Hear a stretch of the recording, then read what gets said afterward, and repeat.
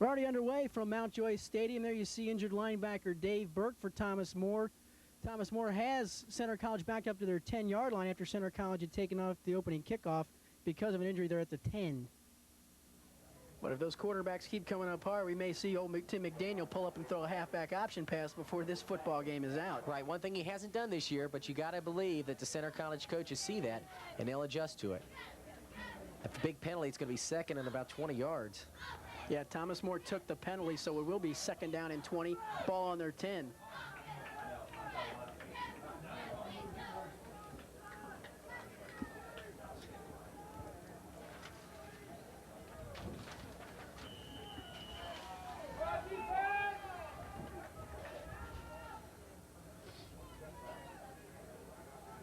Sandich on a bootleg again. Has a man wide open, didn't see him. Now just throws it downfield, still has the man open, and he adjusts and makes a great catch. Mike Jackson was wide open downfield. I didn't think Sandich had seen him at first, and I'm sure he did, and all of a sudden he looked up and the guy was still wide open. Mike Jackson streaked right by the defense. The cornerback, Rob Enderle, he went right by him. Enderle came up, took the fake, hook, line, and sinker, and Jackson went right by him, and if Sandich would have seen him early, that would have been 6 easy. Pickup on the play of 39 yards, and now they have it on the midfield stripe.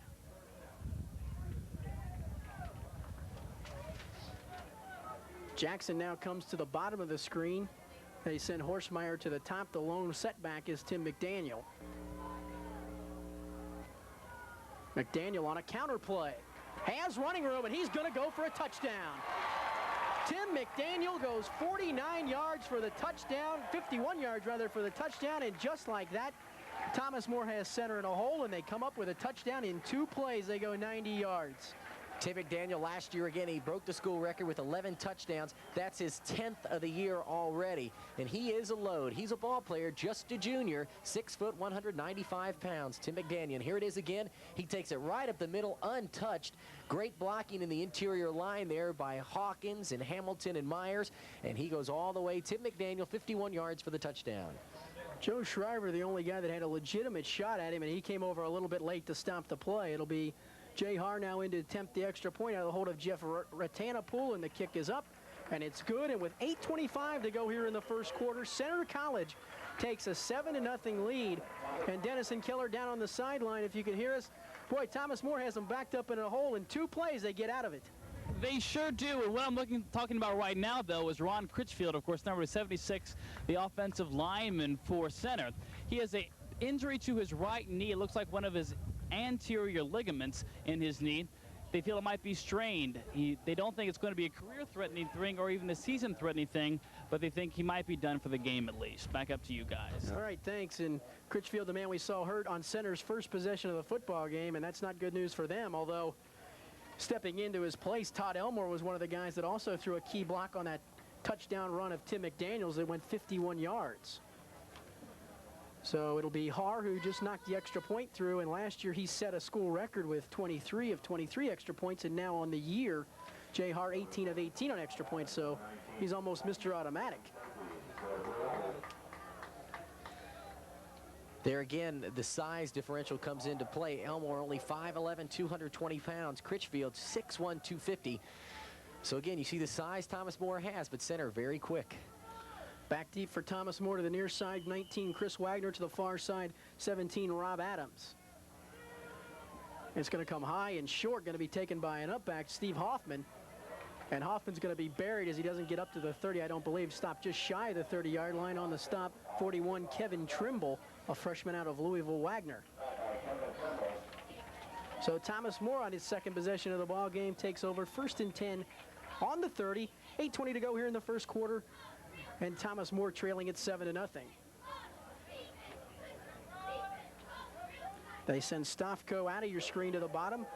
2 receivers go to the top. That's Wagner, 19 in the slot. This is Kofi McClendon. Maybe 2 or 3 yards as he gets up across the 30. We have a penalty marker going down, and it went down late, so that may be a face mask penalty on Center.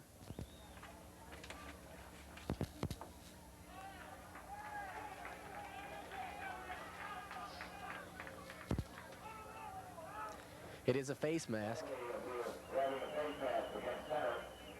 See if that'll be the 5-yard variety. No, it will not. It'll be the 15-yard variety. So evidently a flagrant face mask moves the ball 15-yard face mask, defense, first down. Yeah, the difference in that, a 5-yard is an inadvertent when you grab the guy and you just happen to latch onto the face mask. And the 15-yarder is a personal foul where they actually come in and uses the face mask to tackle the guy, and that's what that was. A 15-yard penalty, a major penalty in college football. First down now for Thomas More on their own 49. This is Wagner. Doesn't get to the corner and is tripped up just shy of the 50-yard line. Walter Pennington, the linebacker out of Danville, and Steve Cherry on the stop that time for center. Give him a gain of 2 as he does get across the 50 down to the center 49. So the first time Thomas More crosses over into center territory in the ball game.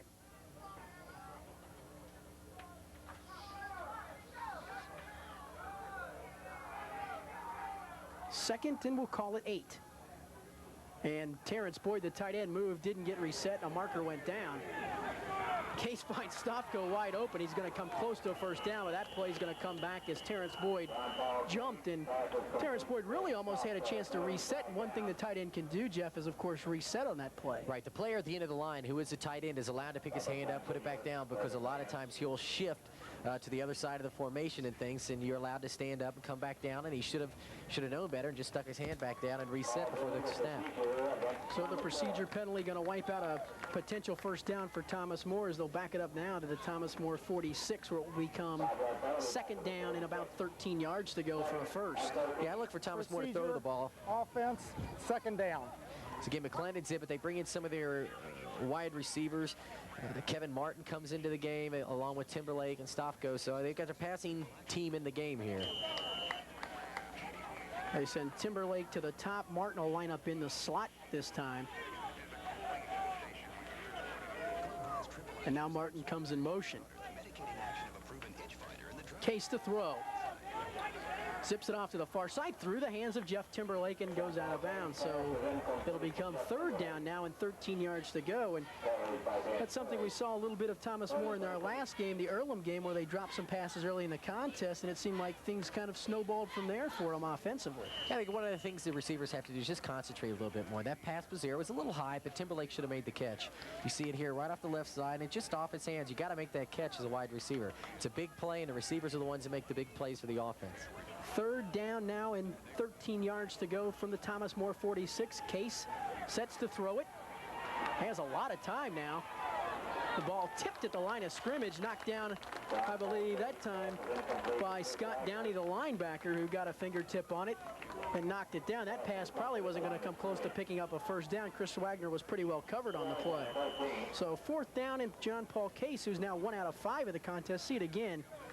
Center College in the nickel package. They have 5 defensive backs. They dropped 7 in coverage, and Case couldn't find anybody open with only 3 receivers out on the pattern. It was probably a good thing the ball was tipped, because Steve Cherry was going to step in front and maybe intercept it. As Case gets away another high kick, and again, Clevenger just gains the fair catch. Yep, almost had a crease, I thought, for a second before it's closed down by Noel Rash and Kyle Niederman on the stop that time for Thomas More. So center now will take over on their own 23-yard line with a 7-0 lead. 6:50 to go now here in the first quarter.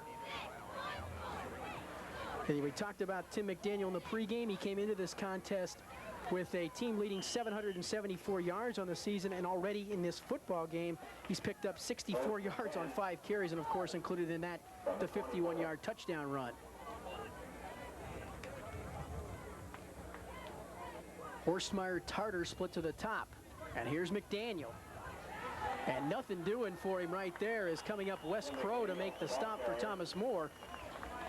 And it seems like McDaniel's typical of a lot of tailbacks. It'll take him 3 carries, you might get him, and all of a sudden on that 4th carry, boom, he's off to the races. And that's what every great tailback has, that knack to make that big play. Sure, you see a lot of tailbacks that say, hey, I like to carry the ball 25 or 30 times a game. Well, 18 of those carries may go for 2 yards, but the 5 other ones will go for 30, 40 yards a pop, and that's where they make all their yardage. That would be a loss of 1 on the play. 2nd down and 11 now for center, as this time they line Tartar off on a wing to the left. Counter play again to McDaniel. That's the play they scored the touchdown on. He just carries the pile across the 30 to the 31-yard line. Hanging on for dear life was 10 Don Beeger. Also in on the stop for Thomas More, Jim Groh. Well, McDaniel not listed as a big guy, 6 foot 195, but boy, he took the pile that time for about 5 yards. That was all on his own. Yeah, Don Bigger, he really impressed me. Little guy, 5'10", 175 pounds. He's not afraid to stick his nose in there on that tackle. He jumps right in there and gets a hold of McDaniel, just holds on till help comes.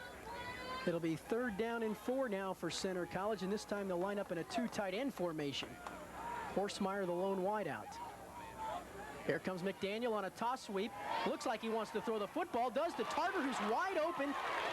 Slips another tackle, still on his feet, and gets down at the Thomas More 37-yard line. And there we talked about it. They ran the toss sweep. Thomas More's corners come up, and boom, they throw the halfback option pass like we talked about moments ago. That was a great play. You take Horstmeyer, who's a wideout. He runs the cornerback off, and you just have the tight end. That case, it was Tarter, who's actually a receiver, but he was lined up tight, and he comes across the formation. He was wide open. Nobody was there. He catches it for about 11 yards, and then he rambles down the field for a nice pickup, about 30 yards on the play. Sandage to Tarter. We've seen that 3 times today already in the first quarter.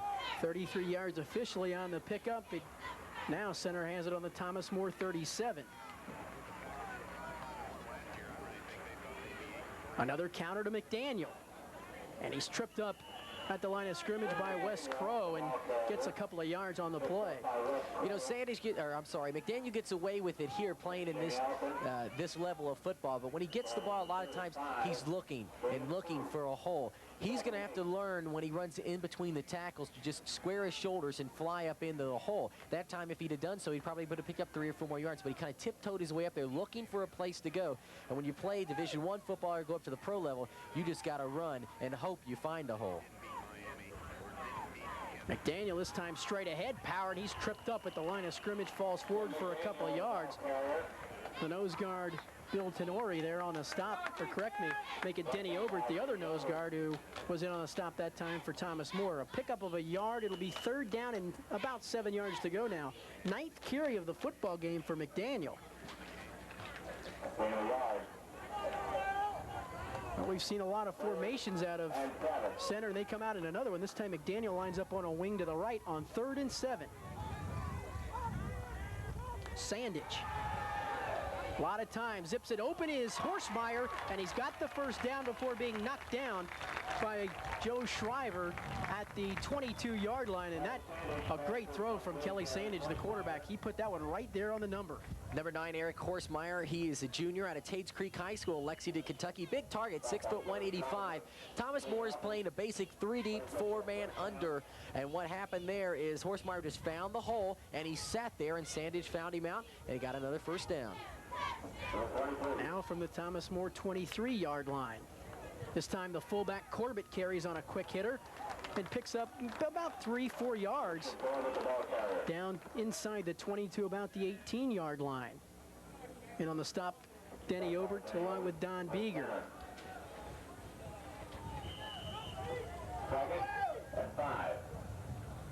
Going to give you a pickup of 5 on the carry. It'll be 2nd and 5. Horsemeyer and Tarter this time split to the top out of your screen. This time an option play from Sandage, who cuts it up and just dives forward, lost his footing. He had a hole, just simply had his feet go out from under him. Give maybe some credit on the tackle to Bill Lyons, but I think that was more a tackle credited to the 20-yard line that maybe tripped him up that time as he gets it to the 16-yard line. He tripped over the stripe there.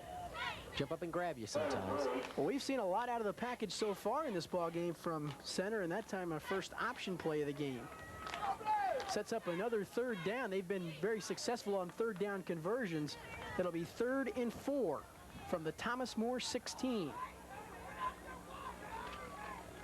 Sandage to throw. Thomas More blitzes. And he's just going to have to throw it away. Intended the pass for 43, Josh Cash. That was Wes Crow was right in his face. Yeah, that was going to be a screen pass, and the lineman may have let Crow go a little too early because he was right on top of Sandage. They're going to have to try to settle for a field goal here. And again, it'll be David Haar, who missed from 46 yards earlier in the football game. There you see that last play.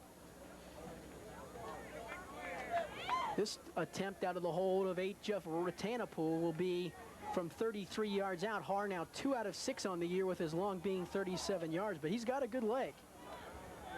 This kick is a line drive that's going to go underneath the goalpost and is no good. So Harr misses his second field goal attempt of the ball game, and Thomas More is really fortunate to be down right now at 7-0. Yeah, Thomas More is dodging some bullets, missed 2 field goals. It could be 13-0, 7-zip. So John Paul is going to have to get this offense under control. They haven't done much. 2 times they've had the ball already. Now they have it at the 20-yard line. They're backed up a little bit. Let's see what they can do with McClendon and John Paul Case coming out of the backfield.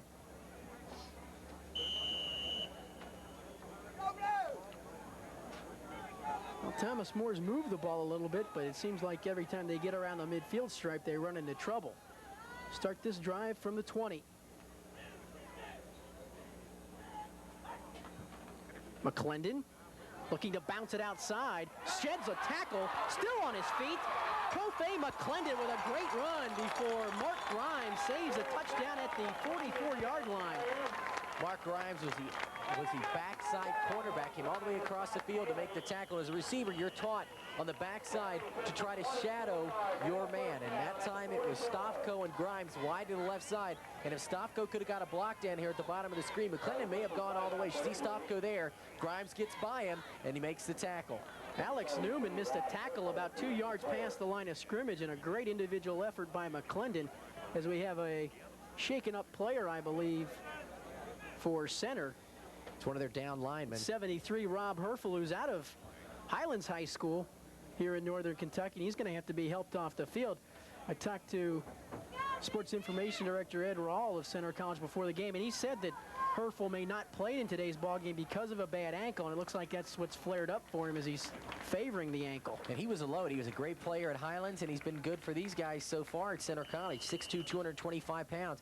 Big kid. He has been replaced by number 64.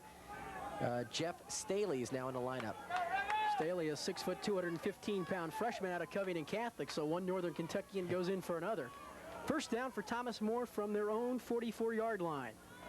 McClendon again. And this time they're going to hit him at the line of scrimmage. He gets maybe a yard. Chris Gamble, the linebacker, comes up to make the stop. That's one of Thomas Moore's favorite plays, is that counter play with the tackle leading, Jeff, and both times Kofi McClendon is just 1 or 2 steps away from breaking it. They're going to give him a pickup of 4 on that play. I didn't think he got that far. Bob Witt over there tackled, 6'4", 250 pounds. He's just a freshman. He's a load over there, and when he leads on a running play, he blows out the whole left side of the defense. Again, huge size differential between the offensive line of Thomas More, the defensive line of Center.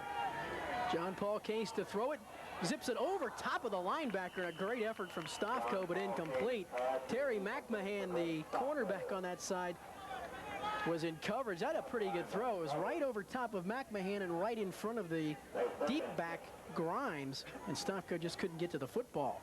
Once again, Stofko just runs what we call a slow post pattern. He sits in the hole, and the pass just a little bit inside. He couldn't get to it. Would have been a nice catch if he could have made it, and that would have been a first down. That brings up a 3rd down, about 6. Now, Thomas Moore's gotten to this point in the field several times in the football game, but can't seem to convert on a 3rd down. Case backpedals. The blitz is on. He finds Boyd, but just overshoots him, incomplete. Boyd was open for a second, but John Paul Case just couldn't make the throw. Terry Boyd got down beyond the coverage. 4th and 6.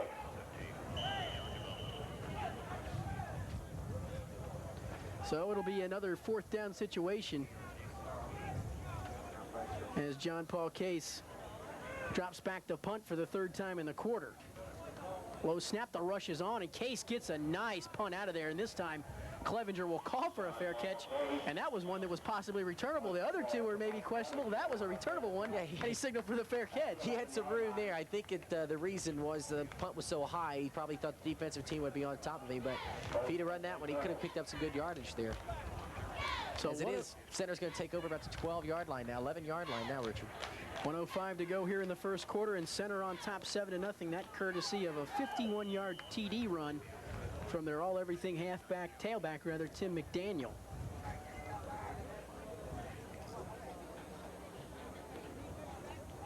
They send Tarter and Horsemeyer to the bottom of the screen.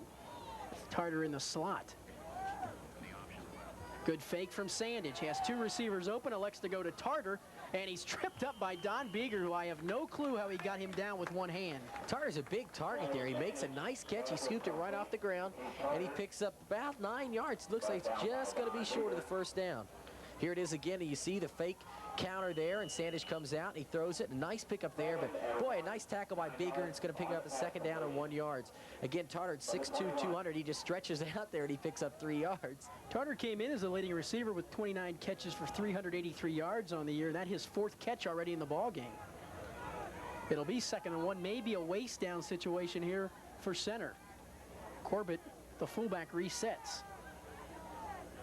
Nope, they'll go to McDaniel, and he smacked at the line, but I believe he's going to get the first down. Boy, that's a play there, Richard. As a wide receiver, you love to see. Horsemeyer at the top of the screen was single covered, and when it's 2nd down and 1, you can take a chance.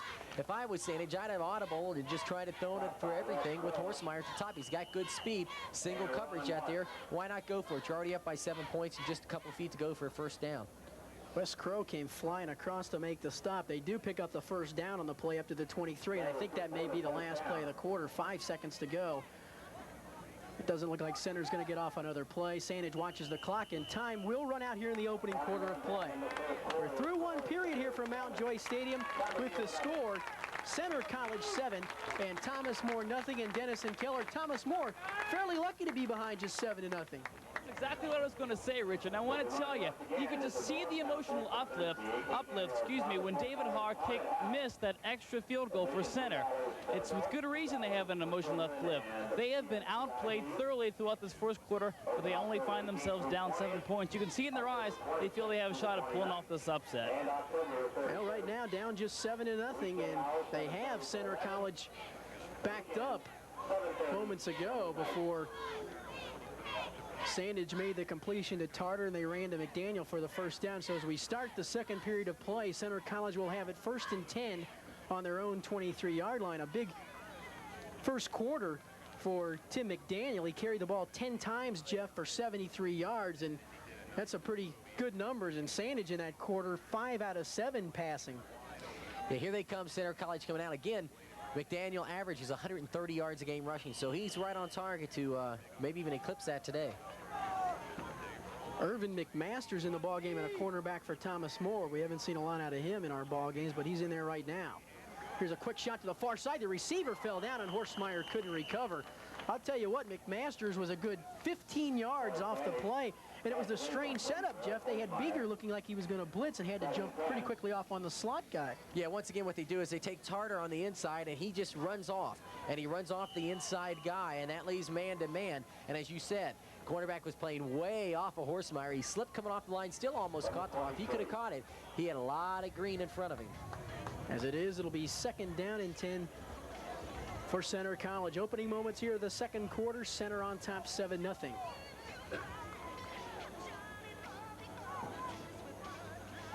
Sandage keeps it on a fake.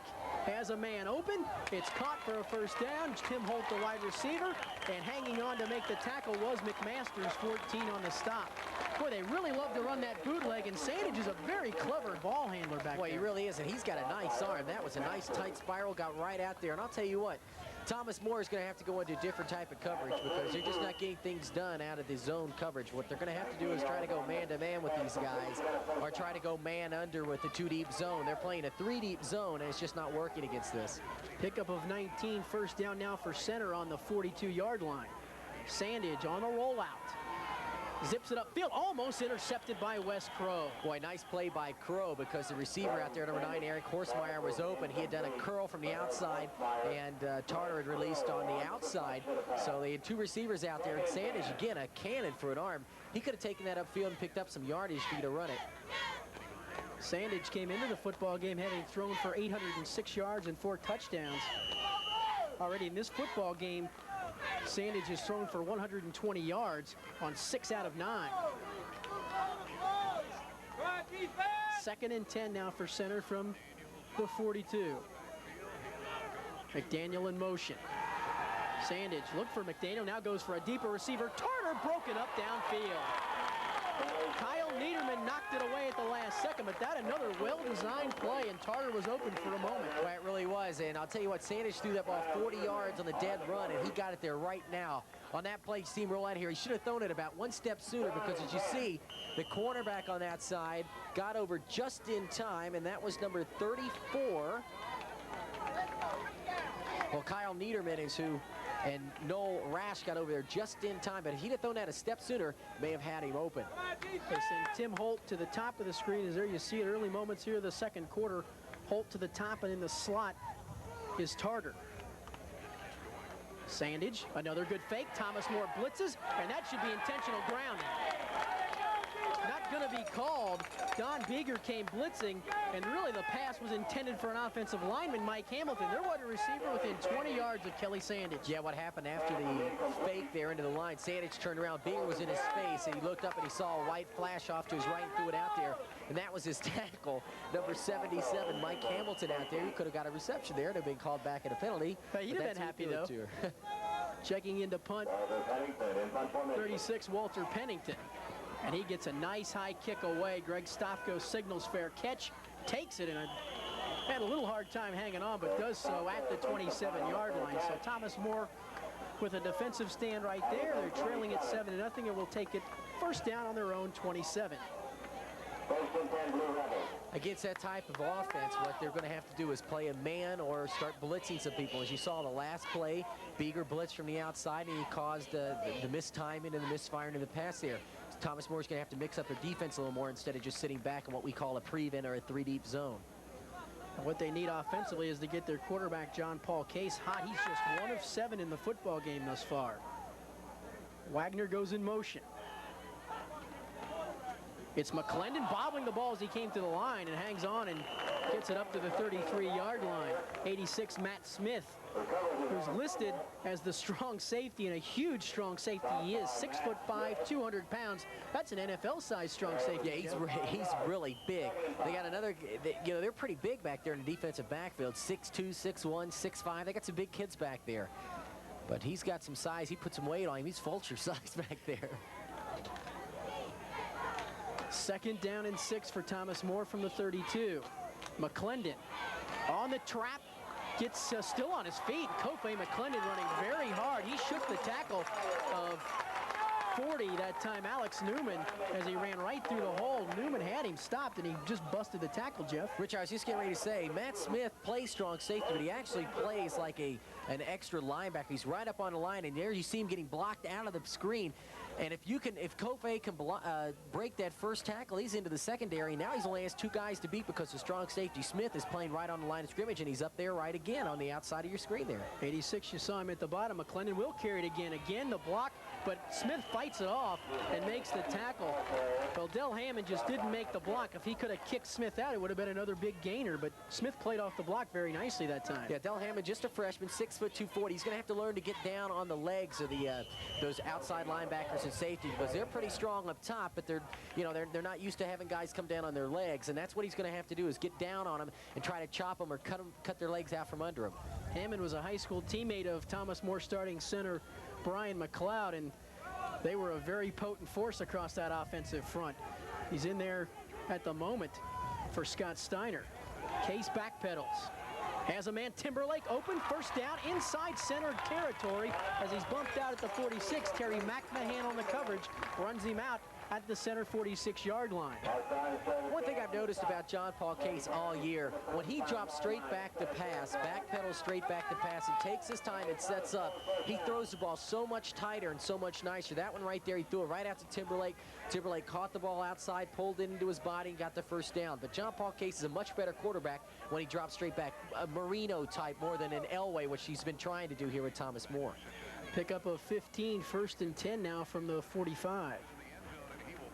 Here's McClendon looking for some running room, still on his feet and hanging on for dear life was Steve Cherry, who will get credit for the tackle, but a pickup of about 3 yards. And as we saw 2 weeks ago in the Earlham game, it was the Kofe McClendon show almost exclusively on the ground, and that's about the same situation right here.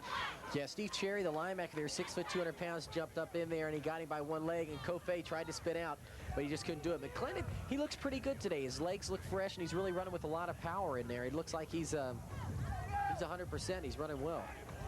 McClendon has 52 yards on 9 carries in the football game right now. Case on a play fake, under pressure, gets away from it. Still on his feet, signals for a receiver to go downfield, and Terrence Boyd makes a great catch. Wide receiver Jeff wide open, cutting across the field at about the 15-yard line. I know John Paul was running for his life, but if he could have seen it, that was a touchdown. As it was a great catch there by number 87. Terrence Boyd, as you see there, he's sprinting out, and watch, Boyd falling down, and you see behind him, there is Timberlake coming across the field wide open, but great catch by Boyd, and that could be just what Thomas More needed. Chris Gamble had blitzed, and he was the man that couldn't bring Case down. Here's McClendon, has some running room, still on his feet, and dives inside the 20 to the 19-yard line. Gain of 5, Steve Cherry along with Jeff Staley in on the stop. Kofe McClendon should have turned that ball up a lot sooner because he had a lot of running room to the inside.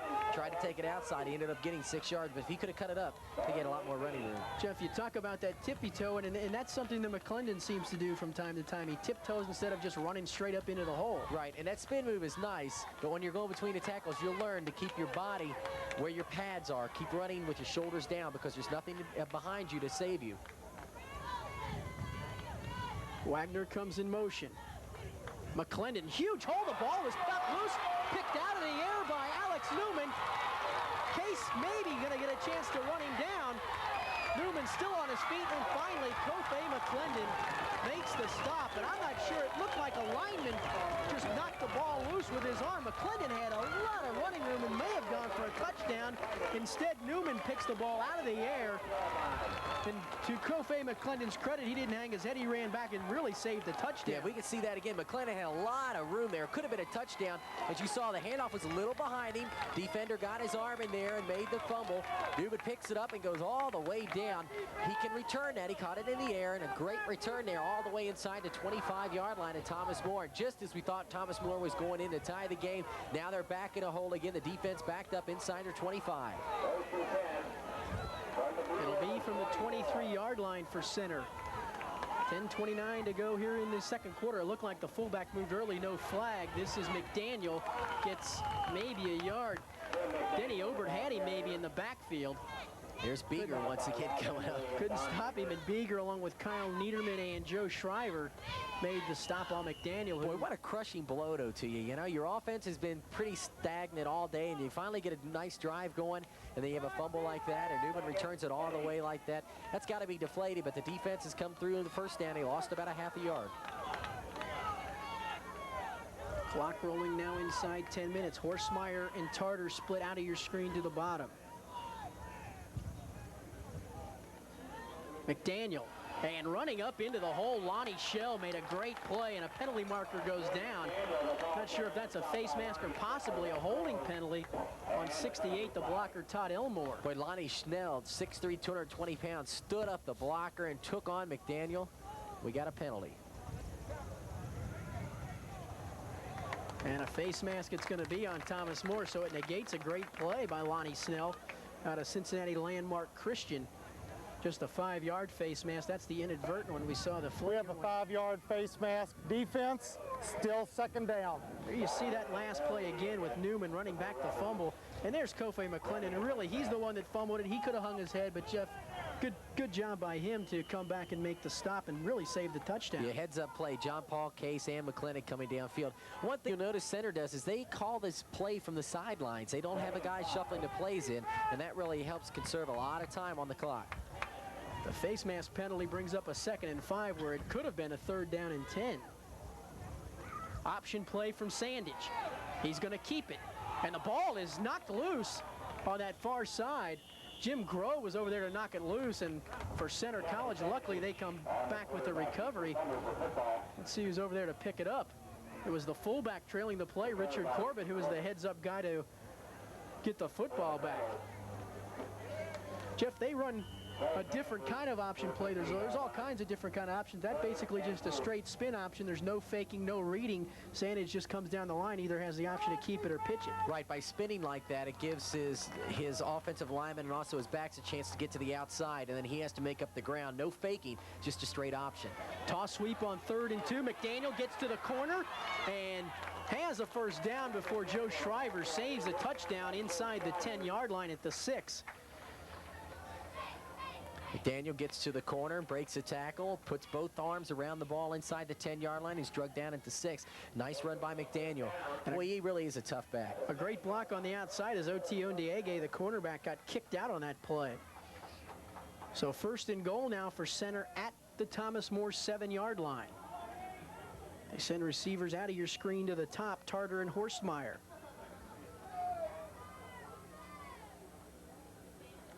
This time they read the option to Corbett. He dives inside the 5 to the 4-yard line. Give him 3 on the carry down to the 4, where it'll become 2nd down and goal.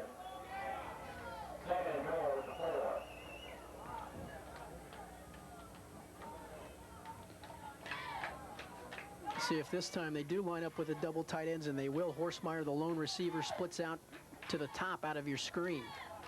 And an offensive lineman moved, and they caught him. It was 68 Todd Elmore who moved before the start. And it just seems like, Jeff, a lot of times in goal line situations, there's a lot of procedure calls. Guys want to get that jump start to make the block. Yeah, it's exactly right. Elmore, again, is replacing Ron Critchfield, the player who was hurt in the 1st quarter.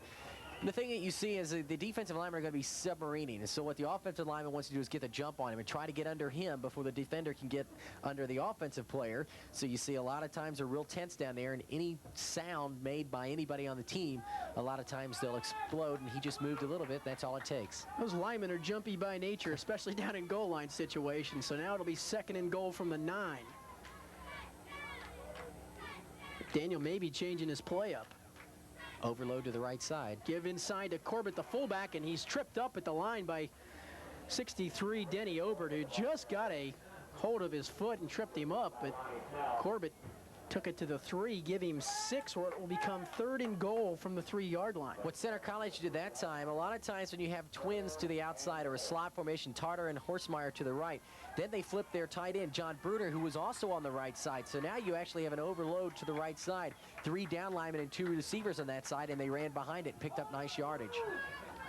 Well, they've gone to McDaniel in a lot of key 3rd down and short situations, and he's Mr. Touchdown. He's going to get it right here on the toss sweep, and he's going to be stopped by Lonnie Snell, who makes a great play sliding over to knocking backwards for a loss of 2 yards. I think everyone in the ballpark knew who that ball was going to. Yeah, he really got hammered and almost fumbled.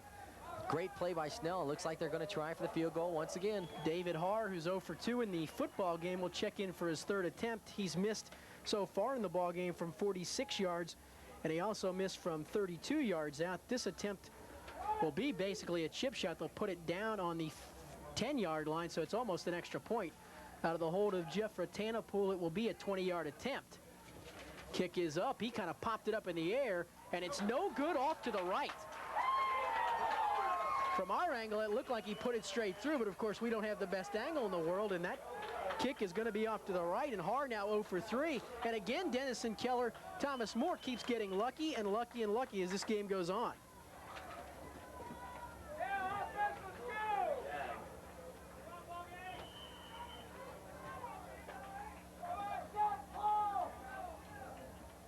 They just saw the missed field goal from Haar, so he's now 0 for 3 in the game, and Thomas More, which could trail it by as much as 20-0 right now in the football game, still down just 7-0. 6:02 to go here in the first half of play as John Paul Case goes straight back to throw on 1st down, swings it out to Rob Adams, and they're going to rule his knee touchdown back at the 16-yard line.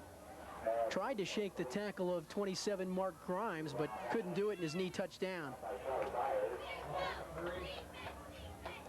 Jeff, you talked about John Paul Case backpedaling as opposed to maybe going from his side when he goes back to sit up. What's maybe the advantage of backpedaling to going side to side? Well, you can see the whole offense, or the whole defense. You don't have to take your eyes off of the playing field, and when you drop back, you can survey the whole field. One thing that I don't like about Thomas Moore's offense is they play horizontal instead of vertical when they throw the ball. They don't throw the ball down the middle of the field, and that's one thing they're going to have to work on. Case this time does back up to his side. And he does go down the field. Timberlake has it go through his hand. It was tipped by Mike Clevenger, their all-conference free safety. But Timberlake maybe had a chance to make the reception that time.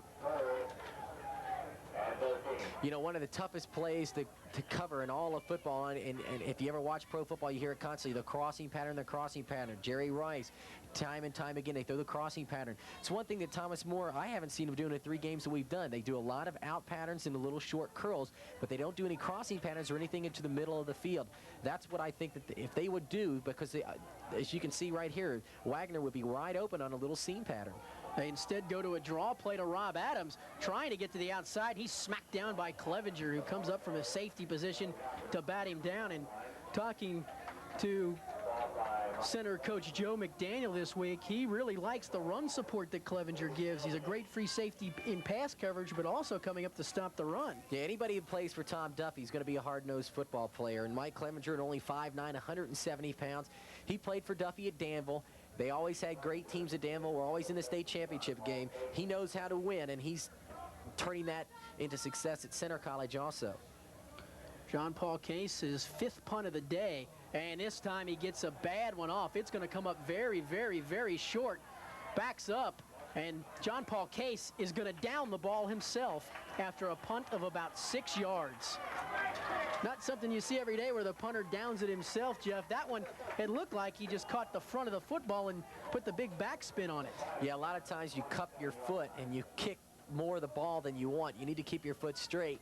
He cupped his foot a little bit and just popped it straight up in the air. Officially a 7-yard punt for John, 6-yard punt for John Paul Case. And Center College in business here with 4:26 to go in the half on the Thomas More 27-yard line.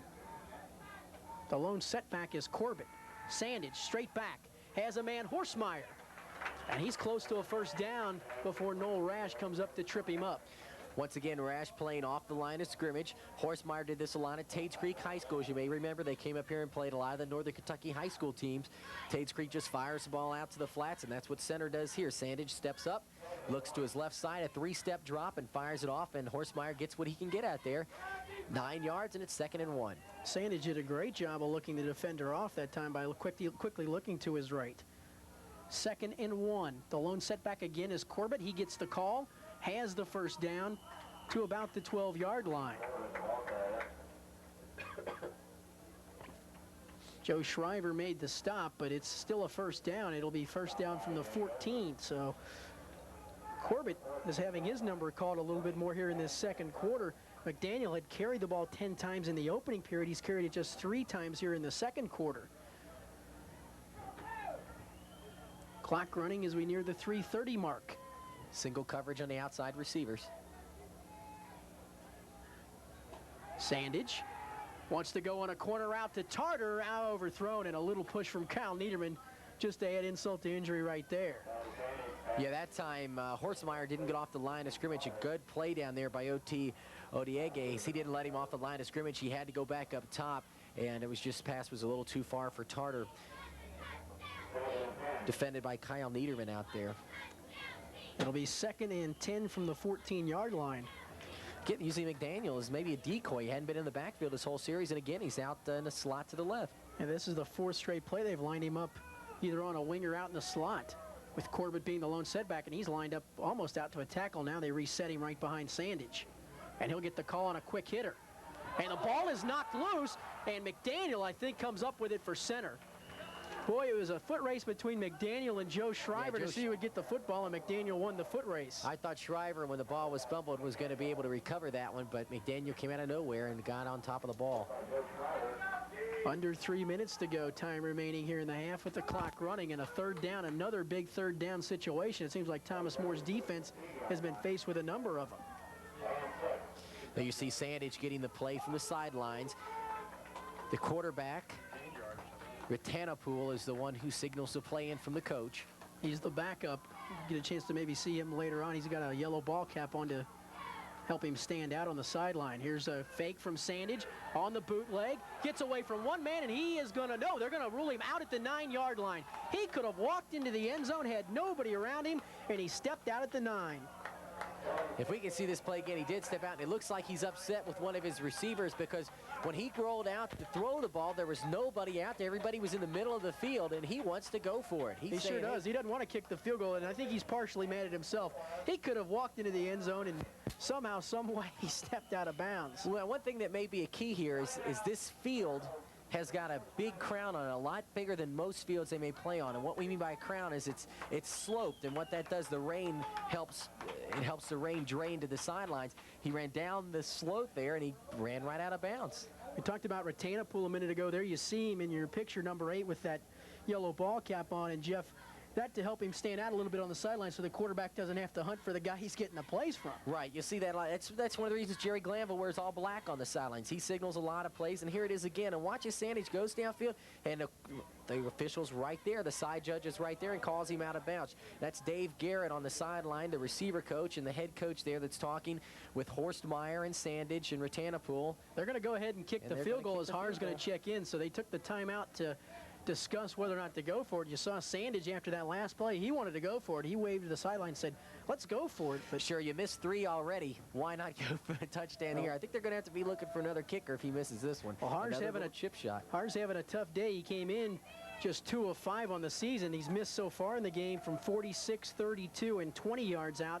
This one will be from 26 yards out of the hold of Ratanapool, and he's going to have an angle off from his left. Last time he missed with an angle from the right. High snap. It's going to be a fake. Ratanapool dumps it off to the kicker. It's going to be an incomplete pass.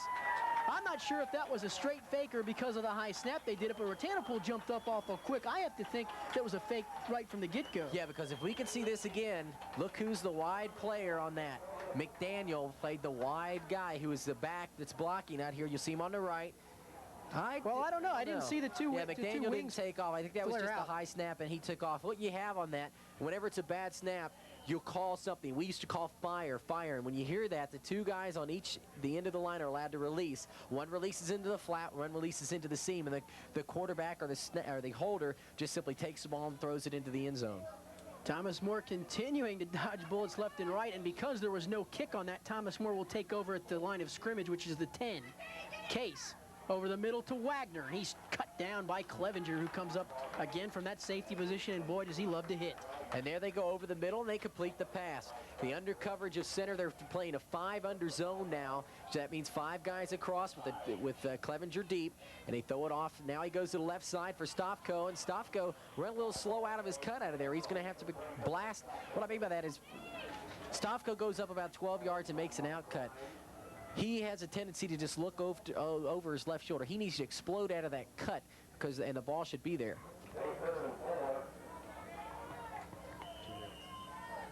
1:58 to go, time remaining. Thomas More went with that hurry-up offense. Now with the incomplete pass, the clock being stopped, they have a chance to huddle on 3rd and 5 from their 15-yard line. And one thing you don't want to do down here is make a mistake. Case to throw it. Again, it's Wagner over the middle, and he'd be best to try to find that first down marker, and I think he comes up a little short. Alex Newman along with Steve Cherry on the stop, and I think they're going to be nope, they're going to give him a first down. A nice mark that time. And again, Thomas More going to come with the hurry-up offense. Clock stops for just a moment to move the chains. That gives Thomas More a chance to set up offensively with 1:49 to go. Case swings it out to Wagner, and it's behind him, incomplete.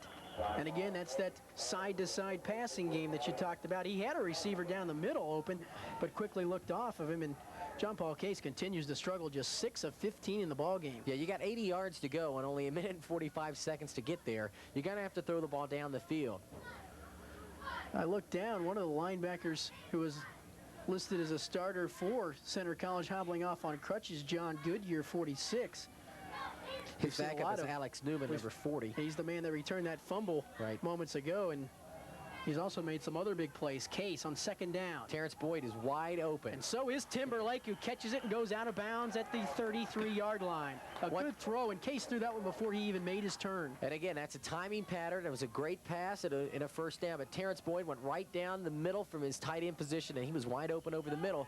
Boyd, Case knew who he wanted to throw to, and he fired it off to Timberlake. Good enough for the first down. 13-yard pickup. It's at the 33-yard line. Clock stopped on the out-of-bounds completion with 1:40 to go here in the half. Thomas More, which could be trailing right now by as much as probably 24-27-0, instead finds itself down just 7-0 and a chance to maybe get some points. Here's Case. The blitz comes. Wagner open. Has some running room. Across midfield before 86. Matt Smith and Mike Clevenger make the stop as Wagner gets into center territory at the 49. Pick up on the play of 17 yards, and Thomas More quickly to the line of scrimmage. Clock stopped for a moment, 1:35. Now it restarts. There's the pass play to Wagner. Back to live action. Here's Case. Sets it up. Has a man. Martin. It's broken up.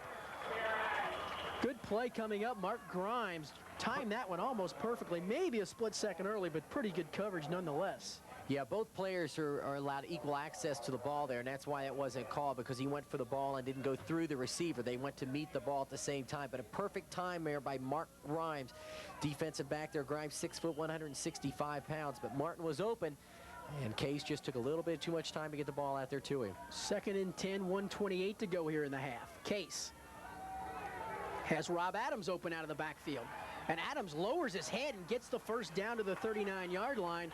Chris Gamble missed a tackle short of the first down, and Thomas More again gets a break where the clock is going to stop to move the chains. A pickup of 11 yards on that one. And we've got an injured player, and I believe it's Alex Newman, who is John Goodyear's backup. He's holding his knee, and I believe that is, yes it is, 40 Alex Newman, who's shaken up. Well, at this rate, it may be the team that's going to have the most players left at the end of the game is going to win this. Thomas More came in very banged up, and center's already lost their starting offensive tackle, and as you said, the first-team linebacker. Also, Rob Herfel out of Highlands. We saw hobble off earlier in the game, and Goodyear, who we talked about. Now Goodyear's backup, Newman. So look for Neil Pankey. I think he'll probably be coming in number 54, and he is in the lineup. Pankey plays the other inside linebacker position. He'll just shift over. There you see it, 1:21 to go here in the half as they help Newman off the field. He's not really favoring the leg, kind of flexing it a little bit. Just got what we call a stinger. He'll be back. Case off of a first down pass play out of the backfield again. Here's Wagner trying to get out of bounds and is going to be run out by Clevenger, but a great job by Wagner. He wanted to get out of bounds so bad on that play and did just that.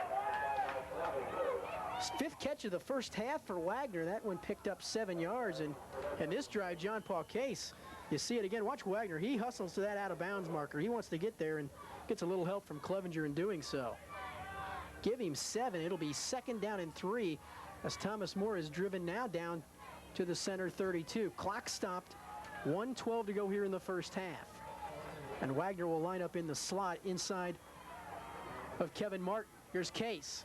Boyd, and a man was draped all over him, and they're going to get the interference.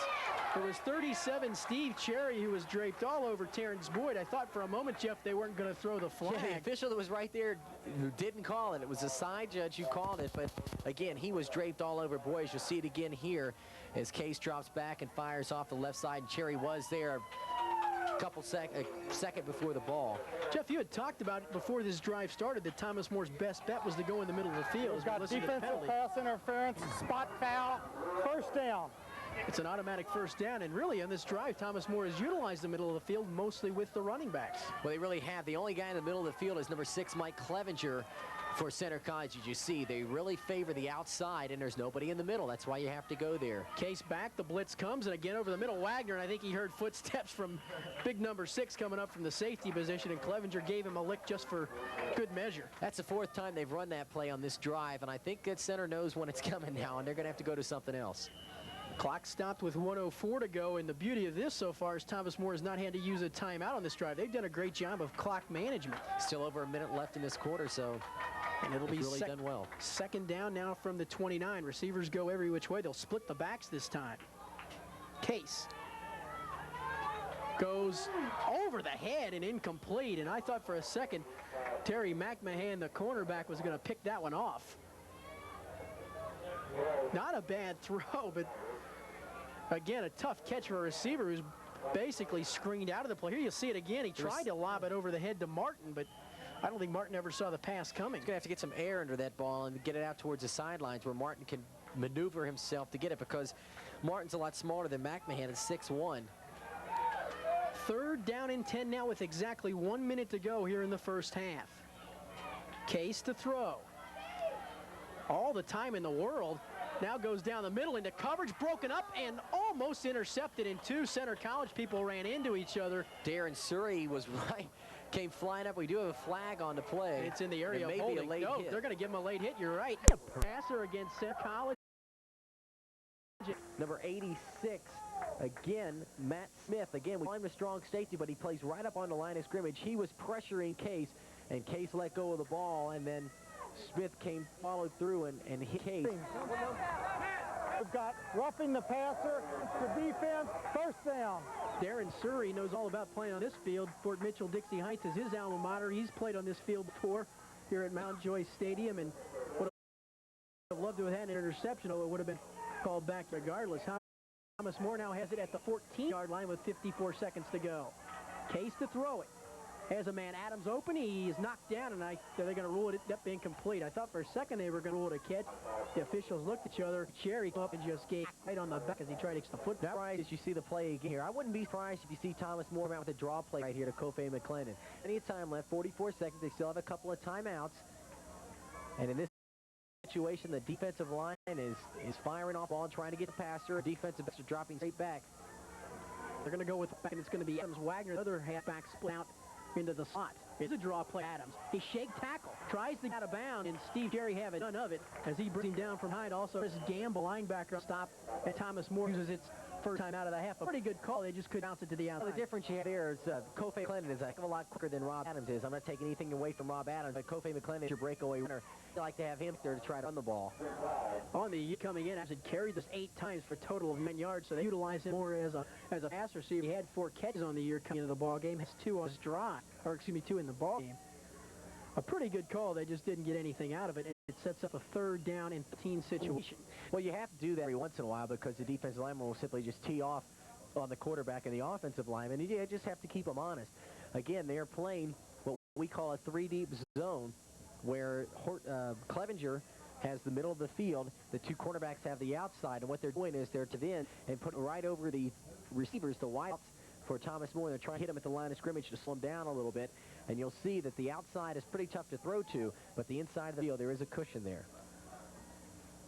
All right, now Thomas More at the 17-yard line. If they miss on this play, it would be a 34-yarder for Jay Costa. I'm not sure has that type of range. He has tried just a field goal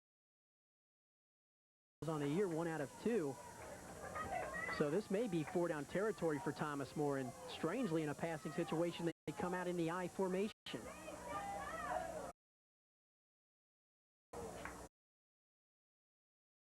Case.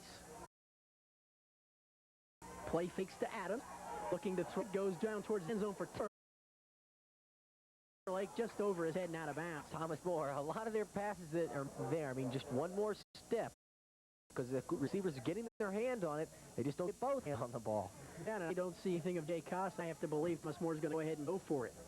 And now we're going to have another timeout, and it'll be signaled to Thomas Moore.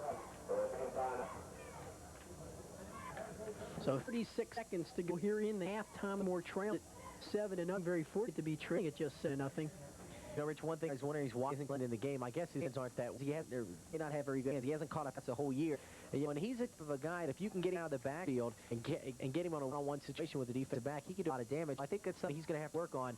Get a ball on the string and throw the ball to himself and try to work on his hands, because he could be dangerous when he gets to the open field. And we've also seen in the ball games we've done, he's also had some trouble with fumbling the football. Of course, the fumbles game maybe not his fault. It was knocked out, punched out more or less, but he's had some trouble hanging onto the football. And you're right, that is something I'm sure that he's going to work on in the offseason. Maybe get his hand a little bit stronger to hang onto the ball. There's quite a few things you do. We used to do it at the University of Kentucky. They give us a big ball of putty, and you simply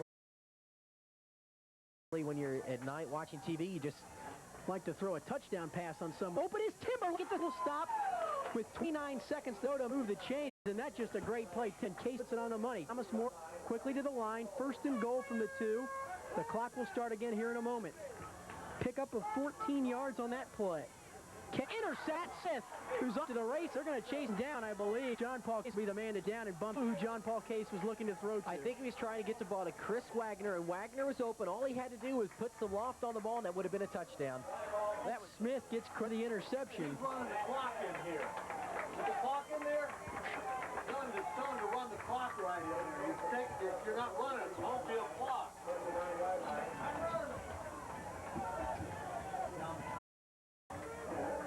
The 39-yard line is to go. And we've got a penalty problem. The official pointed to one of the players for center. He may not have mounted, so tells us. Dead ball, false start, offense, still 1st down. I'm sure how you image, but I guess a line must have lurched forward.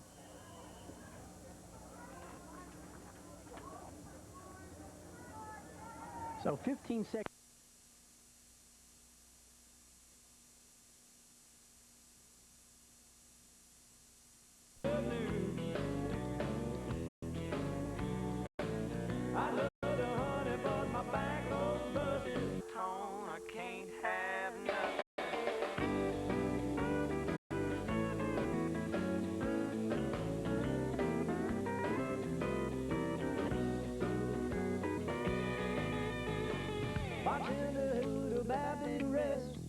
Let's stand a glass of Mr. Give me your best, and if I know who I call.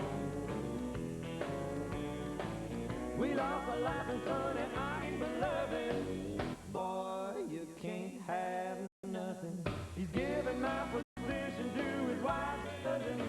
Man, I can't. I love to hunt it, but my back road's busted. Oh, can't have nothing.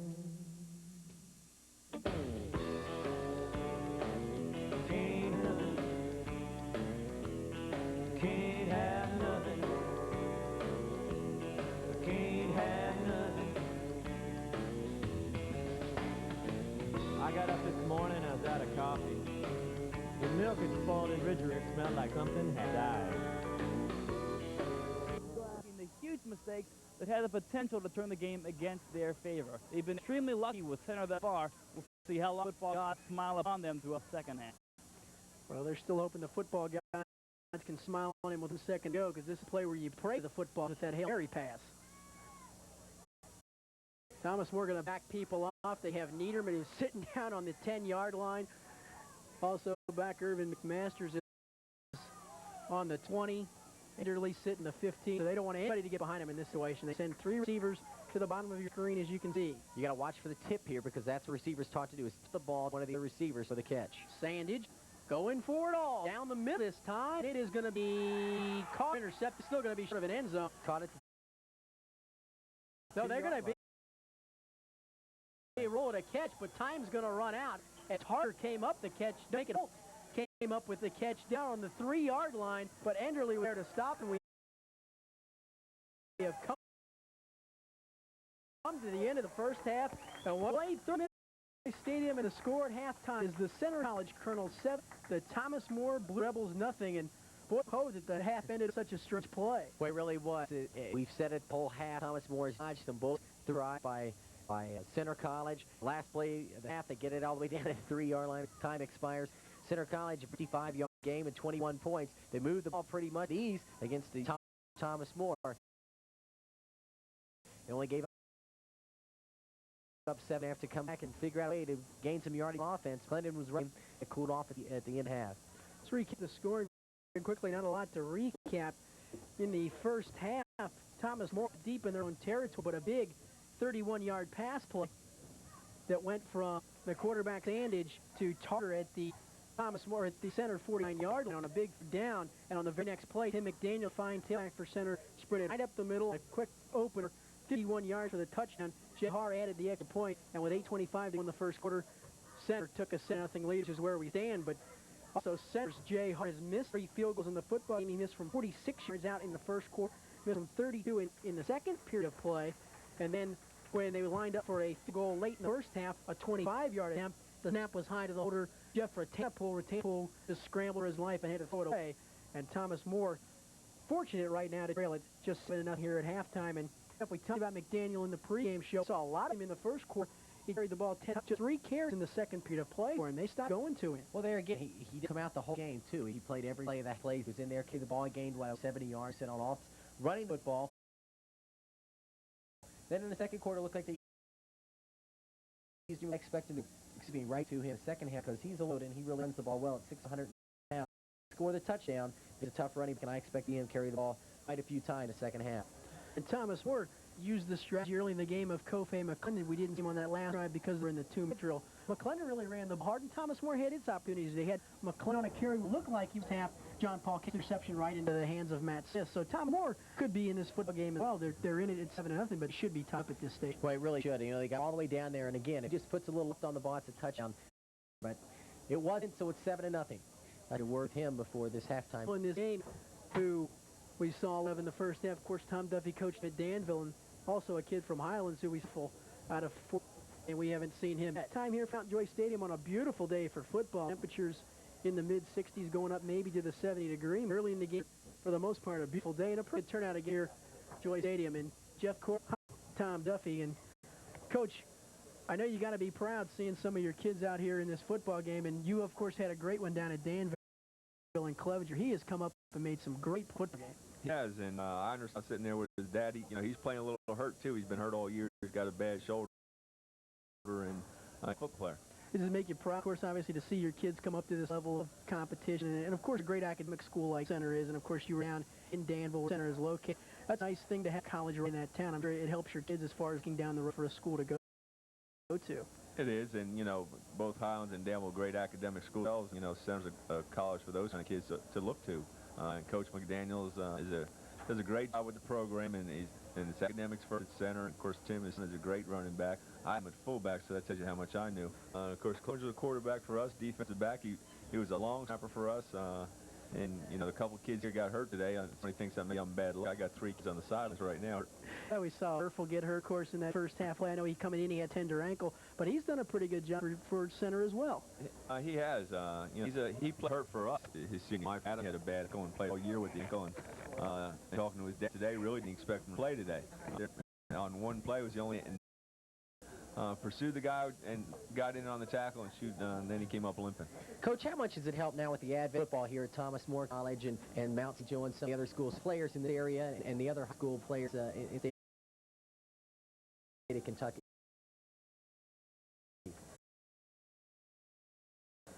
It gives them a place to go keep playing. You know, kids always like to play football and they enjoy their high school days. And for many of them, it's over. To go to schools anyway now. You know, why start football? You know, it's an expensive proposition, but you're going to get doing it. One last question. I see the state ring on your hand. Cheer for your football team starting to down to the end, close to playoff time. For the first time in a long time, we may be out of this thing. You know, we got beat by Lloyd last night. Lloyd Scott got beat last night, so that hurts. You know, we really need Dixie for them to beat Dixie, and they didn't do it. So. Now it looks like Lloyd's going to go as a runner-up and let it fall apart. You know, we got more football going to play and finish up 8-3, and on the road a couple of games. So we've seen the last football game. You never know you get beat. They probably won't, but it's been a tough year. Way that you know we've lost a couple of games, lost the Cubcats, lost in the bowl game, and discipline lost last night. No question about it. That's life, and we get ready for one more. Okay, Coach at Danville for Thomas Time. We appreciate it very much. Thanks.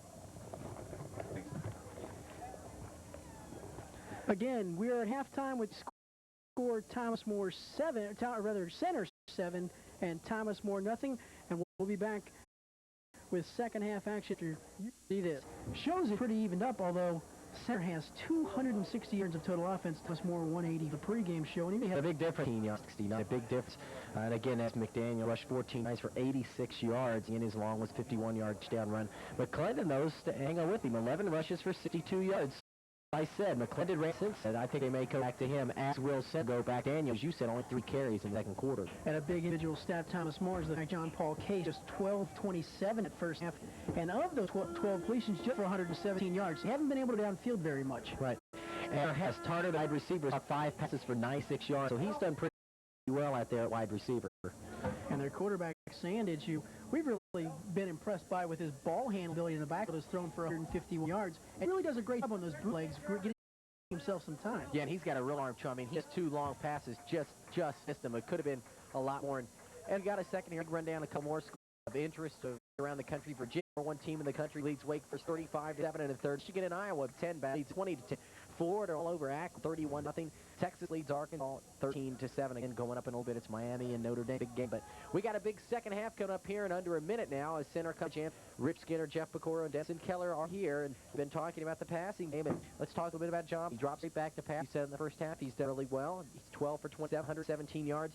But he did throw the 1 interception. That was a key interception because Thomas More on the 2-yard line getting ready to go and score, and he just threw a short pass out in flats to Wagner, and it was just too short. It picked off. And the bad thing about that was he'd come up with a great completion on 4th and 11 right before that. A bit too much of a hurry to go. He went back to it, and for some reason just threw it Smith, who made an easy interception and took off with it. One thing I'd like to say about the play preceding that, Timberlake made a great movie. The end zone, came back and dove.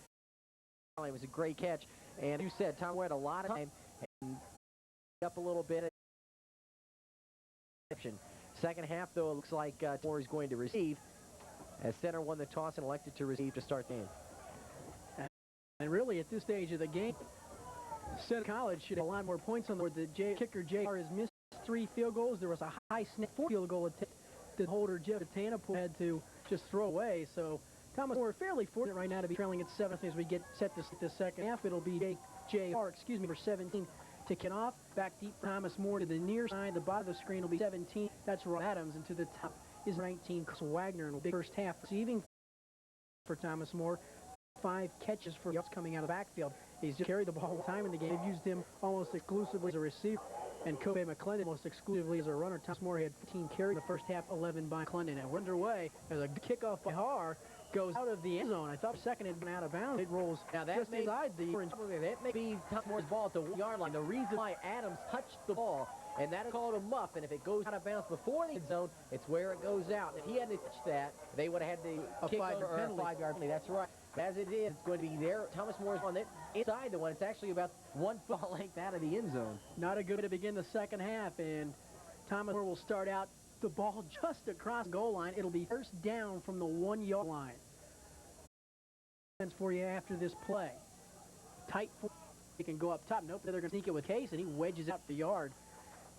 John Paul Case don't carry the ball off in non-scrambling situations. At that time, just trying to get some. One thing you have to be aware of right here is you're going to have to get some room for the hunter who is John Paul Case at this stage. Yeah, and in that situation, I hate that play. I do too. It's not going to get more than a couple of feet or a yard for you, and you get back that's coming out and said, line it up for it. John Goodyear, the one inside linebacker. Cherry, we've seen a lot as the inside linebacker. The throw from his end zone. He wants Timberlake, who's out there and made a great catch at 32.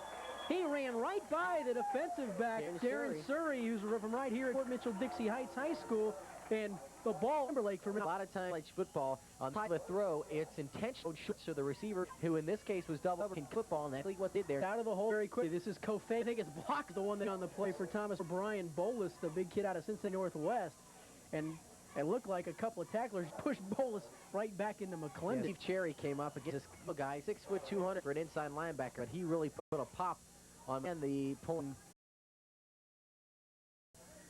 It'll be there. We see the secondary. Matt Smith, who's a lot of big plays, came up the interception right at the end of the first half to avert a touchdown. Mike Clevenger, the great free safety. Mark Grimes and Darren Surrey, the quarterbacks.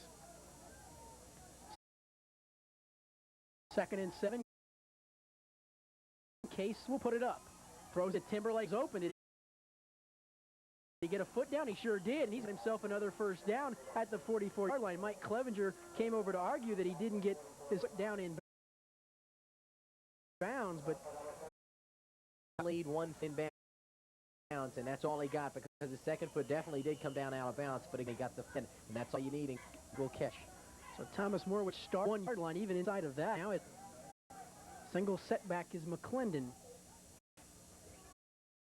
And the give is to McClendon. Bounces it outside of one man, still on his feet and struts up to midfield. Hanging on to make the tackle that time was Neil Pankey for Alex Newman here, so that's their third linebacker on that side linebacker position. Yeah, Pankey's number 50 split over from the backup at that side. Now he's playing on the defense inside linebacker. Thomas More really likes that counter play stuff where they pull tackle or pull a guard, and it's been an effective play for the most Well, part. it's a good play. It's a three-down lineman defense, which center runs that tackle out. There's a lot of running room inside of him. 2nd and 5, Wagner goes in motion. And here's McClendon, a mix-up in the backfield. McClendon drops the ball, and I believe Pankey recovered it, and he did for center. Well, I tell you what, I don't know if it came out the right way on that one because it looked like he wanted to give a handoff with his right hand. On 360 degrees to hand off to McClendon with his left hand, and the handoff was on his hip. And it was picked up by Center College, and now you'll see it again. Here as he comes out to his right, and McClendon's on his right side. I'm going to cut to his left, and McClendon was on his right, and the fumble. And now Sandage comes out with great. Starting in pretty good position here for 49. Kelly Sandage wants to put it right up, has Horsemeyer open, alone, and takes it down close to a first down. They're going to root out at the 38-yard line. It'll be a first down. Josh Schreiber came over from the linebacker position to bounds. Once and again, cornerback simply on that side. It was a left leader, and he plays off of Horsemeyer. You just throw it out to him and get as much as you can. He picked up 10 yards and a first down. This time a two-tight set with wide Tailback and down. Sandage tripping into Rob Bentley, Steve Hoffman, who's a wide receiver. I thought it was him, and had to double check, but Hoffman, who's a normally receiver, was in to make the tackle. The holding is going to probably be on Mike Hamilton's. So, back center up.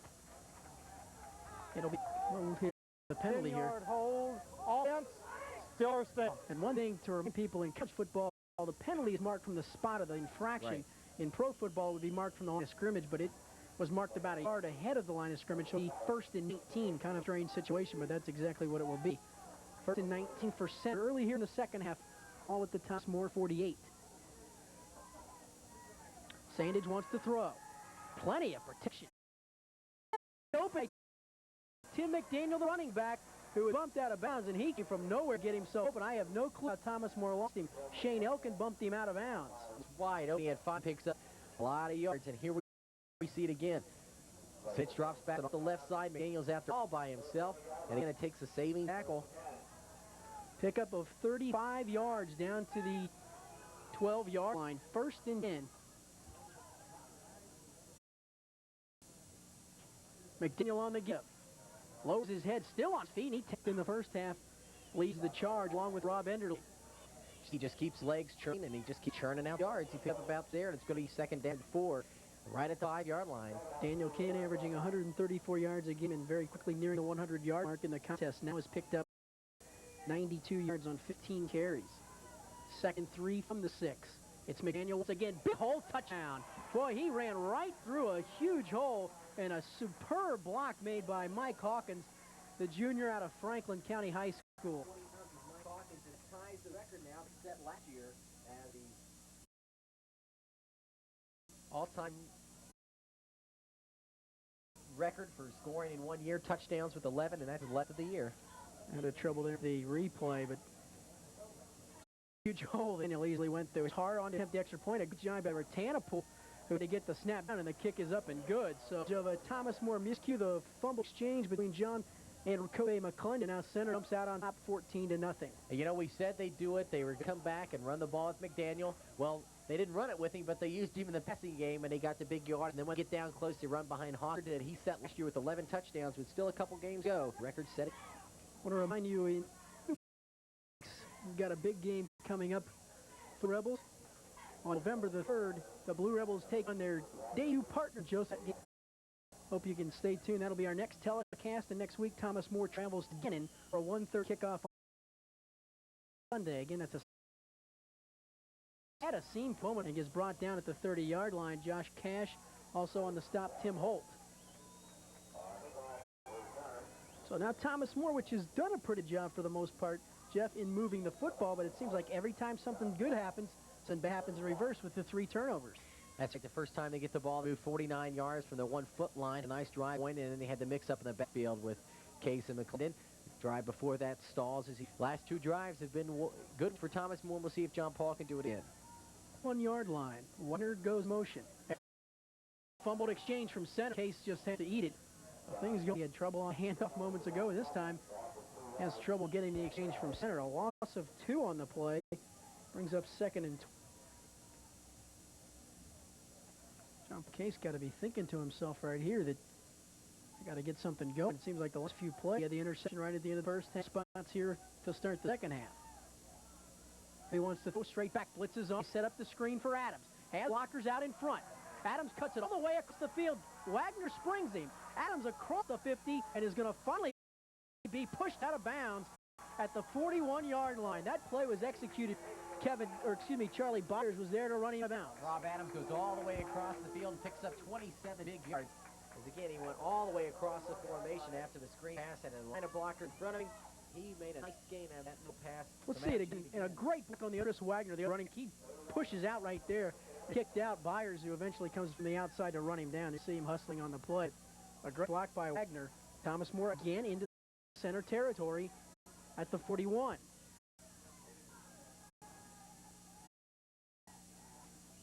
Here's a give to Adams on the counter play. Huge hole up the middle. Tripped up in there by Darren Surrey. Stop the time made by Downey linebacker. Give Adams a gain of 4 yards. And checking into the ballgame for Thomas More for the first time I can recall all year is Rod Cook, wide receiver position. Number 9. Second and we'll call it a pattern for Cook, just overthrown. He's just getting ready to sit before Cook. Little guy, 5'9", 165, but he can run some just to the defense. They have to go to the middle of the field with the post pattern, and there they finally. But now what that does, it puts in the defensive back's mind that, hey, can throw to the middle, so now I can't cheat to the outside like I've been doing the whole game. Or cheat on the run. We've seen their defensive backs do a pretty good job. They really give good run support. Darren Surrey, Dixie Heights on the coverage that time. So now third and again a long 6. This time they send Sofco and Timberlake out wide each way. Sofco to bottom. Here comes Wagner in motion. Case has to him, and it's going to be a catch, I believe, sir, and then a fumble.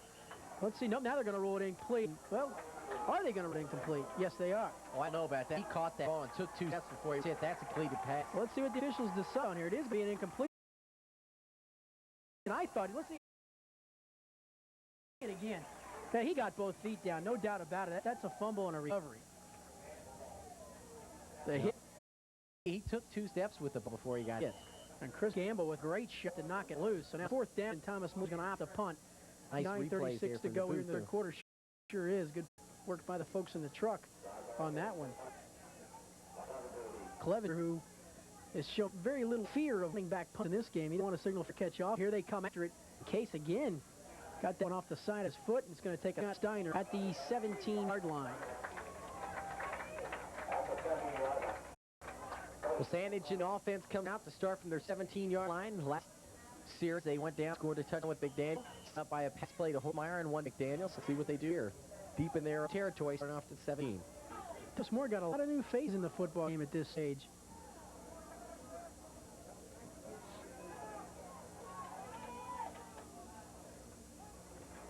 It's McDaniel, and shutting it down. No Rash came crashing in from the outside. Rash, one of the new folks that's in the game, he's played a lot in the contest, but the season playing place right now. Joe Schreiber gives Schreiber a little rest. Also in the game, defensive tackle is Jim Rowe, and at one of the corners we've seen as a wide receiver this season is Steve Hoffman. Got one catch on the year today playing the cornerback position. And McDaniel do 2nd and 8. Advantage, wide open Tucker, and just can't hang on. Knew he should have completed the pass. Had Carter wide open. It was an easy first down right. Almost a good catch by Target for him. He's a big, as you see it again here.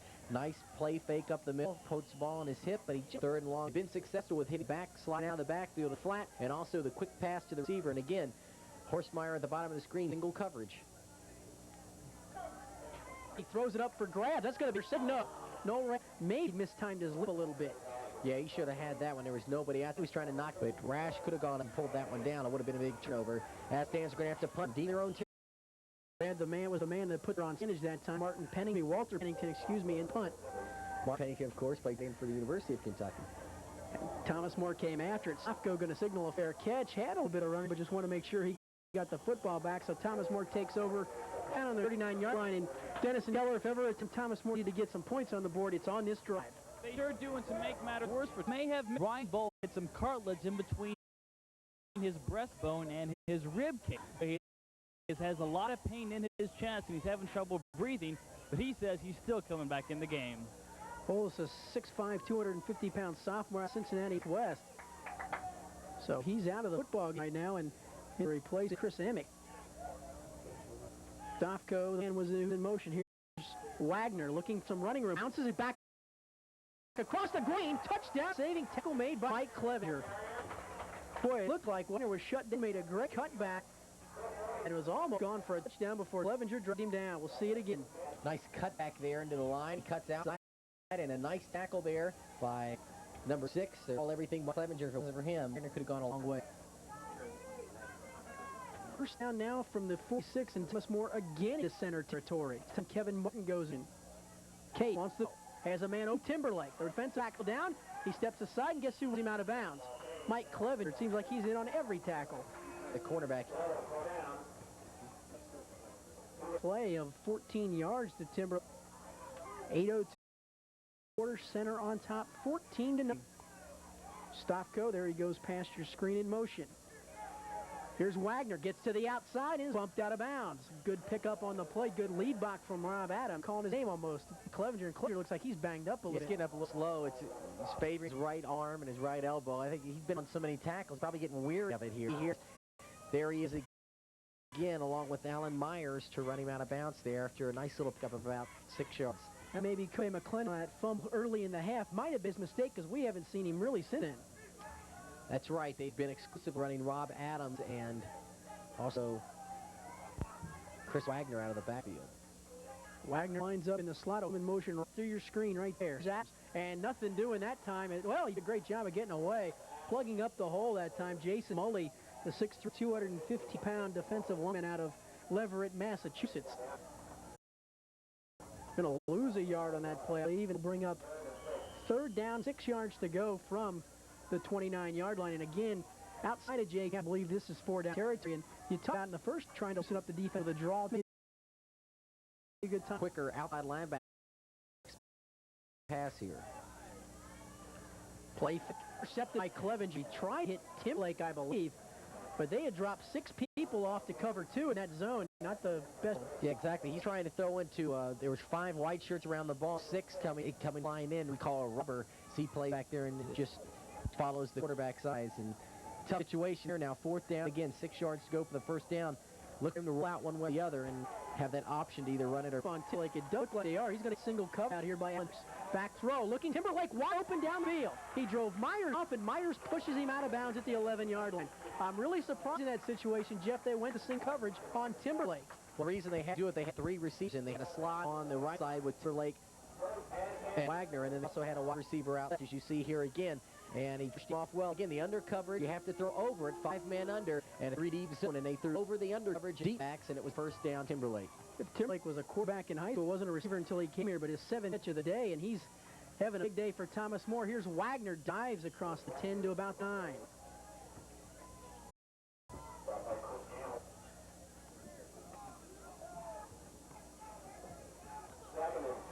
It'll be 2nd down and 7 from the 9-yard line. Thomas Moore was down in this territory late in the first half when John Paul Case intercepted Matt Smith. Here's a situation where Case has to keep composure if nothing's there. Right, throw it out of the end zone. Just throw the ball away. It's not going to hurt you to throw it away because now you got to get some points on this drive. You don't get any points here, could be a long day. They again come to trap. Adams is stuffed. The line of scrimmage falls forward for maybe a yard. The bottom of the pile, 16, Chris Gamble on the tackle. Also down there getting up, helping out on the stop was Scott Downey, 44. So it'll be 3rd down and 7. Again, I wonder if this may be 4-down territory. We're late here in the 3rd quarter. Now Thomas was going to take a time. John Paul Case wants to make sure everybody's on the same page on this big 3rd down play. This is, I alluded to it just a second ago. This is a drive for Thomas Moore. 6 minutes left in the 3rd quarter, and they really have to do something here because that's with the ball pretty well this half. They've got a touchdown. And Thomas Moore has been in there too many times not to score this time because if they don't hear it, starts to try on players, start to lose confidence in themselves and their teammates. It can be a tough situation. You got to get something 3 points here and hopefully a touchdown. And this is a spot where Case really has to got the receiver who's going to single covered on the play and try to locate quickly, maybe on a slant or on a corner pattern to try to get a quick pass because you know Clevenger's going to run that football somewhere. Right. The thing I've noticed Thomas Moore doesn't do is run a shotgun. And Again, some players don't like this shotgun because they have to take their eyes off defense to catch the ball. But again, you're already set back there 5-6 yards from the line of scrimmage, so you don't have to drop back any. I've always felt that it helped a quarterback with a shotgun. Thomas More going to do it again. They need to get this one in the end zone. And I tell you, having teams move against them like Thomas More is, they're only averaging 12 yards per game. Thomas More has shattered both of those marks if they could just get the ball in the end zone. Opponents have thrown 100 yards against Central College, but John passed in this game. Third down and can get up. That's here, Richard. And that's exactly what Case does. Looking, he's open in the corner. Throw short to Stopko, who slides and make catch and is be very close to a first down.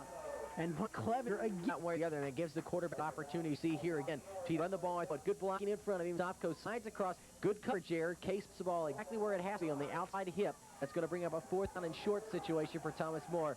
Biggest play of the game so far of Center College. Well, the crowd comes to its feet on 4th and less than 1. Adams and Wagner in the backfield. A fake from Case on a bootleg. And they string him out good. Now he's going to have to pump it down. Looking, throws it back to Wagner, wide open, touchdown. And that play, Center College pursuer got the fake into the line of scrimmage. And he simply got tackled off the Paul Case. He could have thrown it away, but he runs over here, he pulls it open, ease it in there, and Wagner. So now it's 14 to point after from the hold of Greg Stofko, and he splits the uprights. And with 5:22 to go, Moore cuts the Center College lead to score now. Center 14 and Thomas More 7. That may be against the play too well. Right. They had the exact play Thomas More wanted to do. Stop.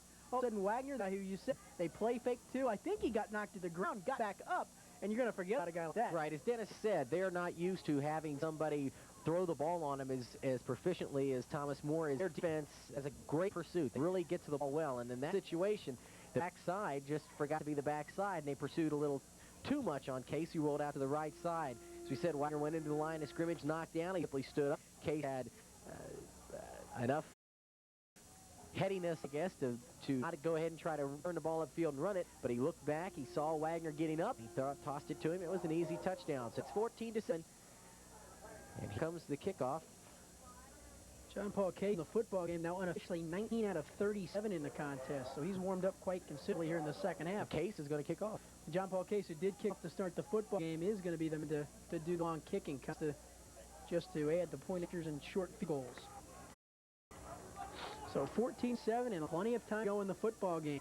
John Paul Case has been a busy man and all over the field as the quarterback. He's headed to the punting and now will kick off.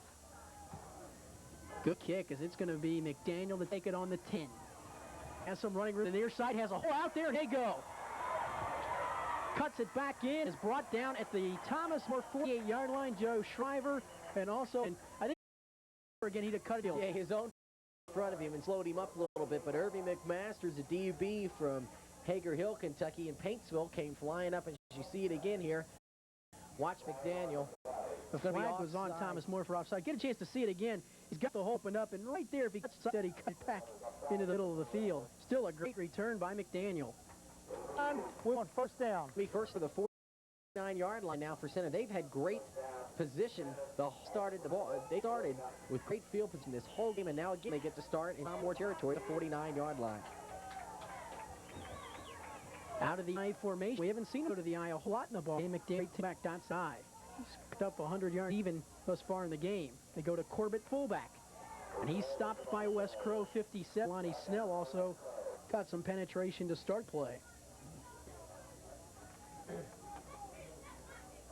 Gain of a yard, maybe a little. It'll be second, and we'll call it a short 8.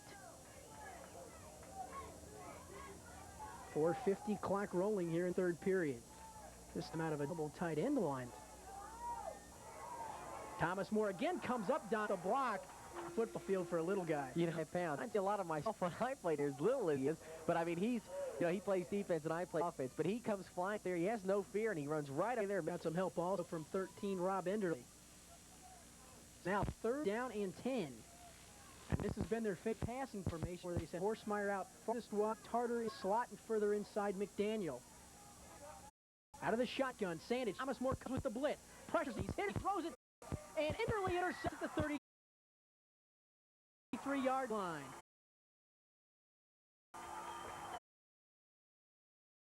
Joe Shriver came blitzing in and hit Kelly Sandage as he threw the football, and that will. Rob Enderle again makes the interception. No rash in there. The whole defense came Again, they kept the whole shooting match there. Schreiber right up the middle. Forced into, so now things suddenly go Thomas Moore's way to play. The Blue Rebels down 7 and have the football right back. Still no Kofi McClendon. Sofco goes in motion. Case pressures on, gets away from it. Throws into the middle. Clevenger intercepts it, goes down to 38-yard line. Walter Pennington put the pressure on Case, and I'm unsure who he was throwing that one to. Again, that's a time to the ball out of bounds. In that situation, he wanted to throw the ball to Timberlake. Timberlake was covered, double covered in the middle of the field. Should have just thrown it away, and he didn't, and get the interception. Tell you what, if Mike Clevenger is Division III Defensive Player of the Week this week, something's got to be the matter. He's made at least a dozen tackles. He's been over the football field and comes up with the interception right there.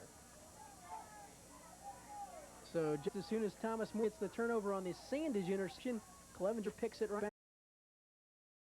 back off. Sandage. Now he throws it down the middle, maybe intercepted again. It is by Steve Hoffman. Tipped up the hands of Rob Enderle. Hoffman with running room, and he brings it as the first one to touch the football. It went off his hands. Mike Jackson on the play. Now the game's getting a little sloppy right here. Yeah, because a comedy of errors. And I was getting for that up too much. And there you see Stan. He throws back to the backside. Not a very smart pass. He just throws it downfield. Hoffman steps right up and gets the interception. Hoffman is listed as wide receiver, but does play a lot of defense. Sandage also ball right into the gut of Curry. Picks me off. It's going to be 2nd and 10. Stofko brings the play in. Again, we haven't seen Kofi McClendon since the fumble at the end of the first half. I've seen him standing on the sidelines. He looks like he's ready to play. Maybe he's just got into Clark's dog that fumble. The 32nd and after maybe a pickup of a yard. And really, not to knock Adams Wagner because they're great backs coming out of the backfield, but without Kofi McClendon, the running game really lacks a little bit. But you don't have that breakaway speed. I mean, these guys are finding the holes, and they're good for 6, 7 yards, whereas, of course, a hole like that, he may be able to pick one for a long gain or even touchdown. You just lose that breakaway threat. The 3rd and 7 now, clock rolling towards the 2:20 mark. Time remaining here. The 4 trails at 14-7. Facing 3rd down and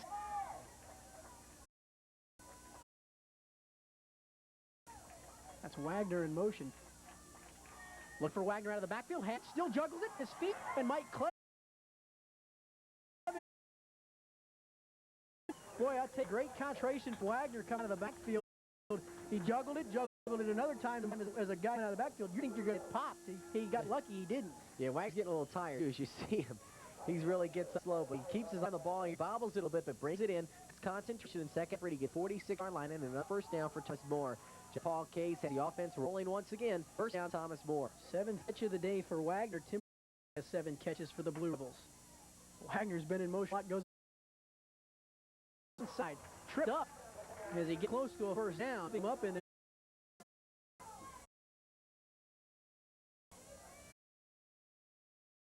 One, and this may be a time to go to the end zone. Try to come up with a big play here, 2nd and short. We'll see it in. Yes, you see right here, a nice move right there. He cuts it back up inside, and he gets just tripped up. Steve Cherry on the sideline, trying to catch his. They brought their big boys. They only have 3 defensive, but they decide to run it right off, and he first down, and that is one. Stop made on the play. Billy along the linebacker. Cherry, he was flexing legs. I'm not sure if he's cramping up a little bit or not, but he's walking around on the sidelines. He's been a big play man for. Center line go down today. Couple of new those for you. Number 16, Chris Gamble now slides over to Cherry's position. This is Wagner, cuts it back nicely, has running room, still on his feet, and almost had it stripped to the ball. Down by his hip as he was being tackled. Good thing he went to ground when he did. A good run for Wagner, who picks up 6 or 7 yards, and just as soon as big runs on this drive. Clevenger again on tackle. I think what you're seeing here is just size Thomas Moore. Again, I alluded to it at the start of the game. They have some big boys up front running 250, 240 across the line, and they're really pounding the defensive line, the small defensive line of Center College, and knocking them off the ball and getting them some room. And we have come to the end of third quarter with Thomas. They still trail at 14 as we begin shortly the final 15 minutes of play. And Dennison Keller this last quarter. Andy. Yes, it should. And I'm telling you, gentlemen, there were marked difference between the two sidelines. Behind Thomas More, they're psyched, they're pumped, they're gaining confidence play by play, and they appear to be very loose. On the other hand, center to my right, very tense, tensing up, and I don't know if they think they're able to pull this one out. We'll see. We got a quarter left. And Thomas More will have, as we start off, a 2nd and 6 situation. And really, for the most part, Thomas More has been able to move the football almost all game, Jeff, but it seems like at this age of the game is when turnovers have happened. They'll get into the 40-yard line to the 30-yard line. Sudden boom, an interception, or else this is a time in the game all over. Exactly right. Pound this into your head every day during practice. That's called head zone, which is more. The team has to start coming a little more, and the little things that you do that, especially now in the fourth quarter against a national powerhouse like Center College has been the last couple of years in Division III. Here's Adam Perry, who came back in the ball game, there to make the stop, along with Jason.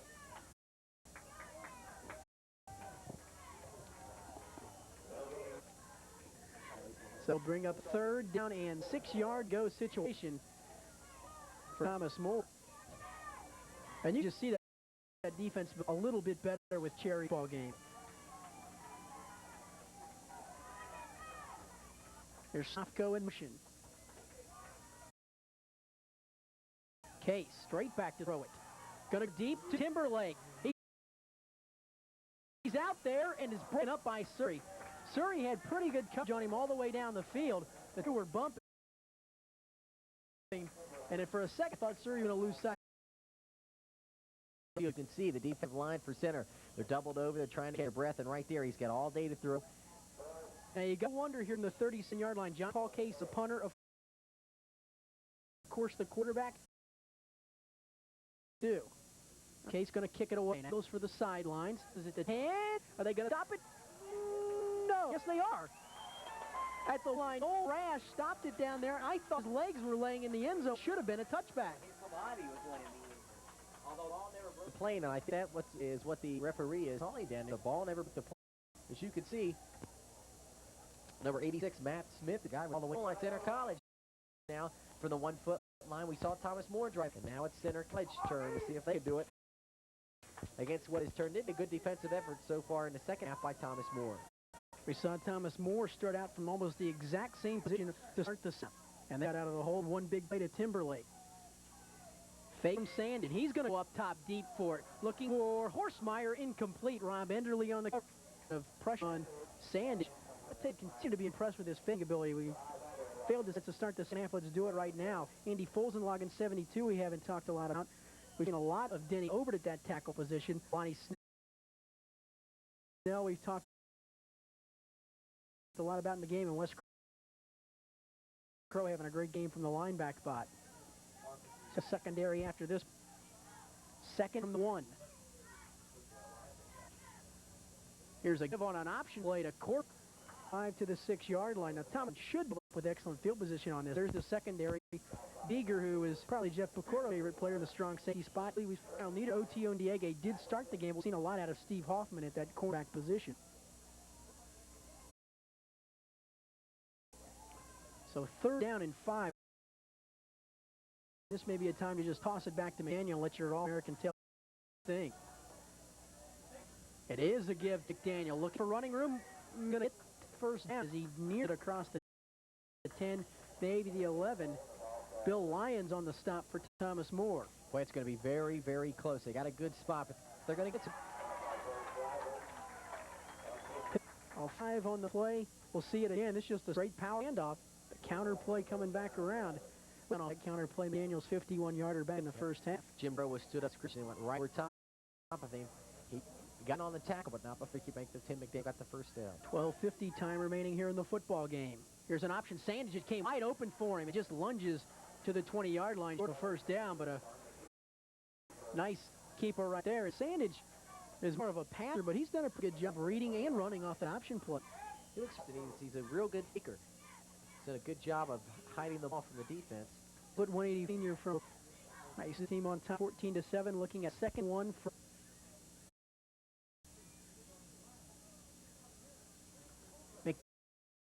4 as he gets it across the 25.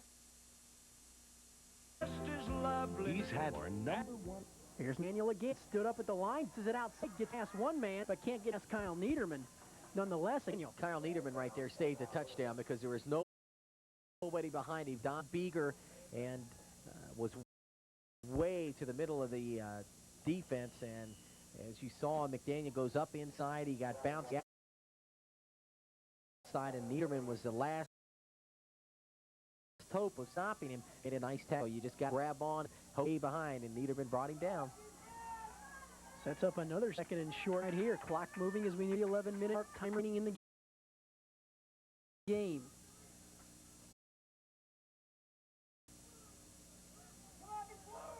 Option.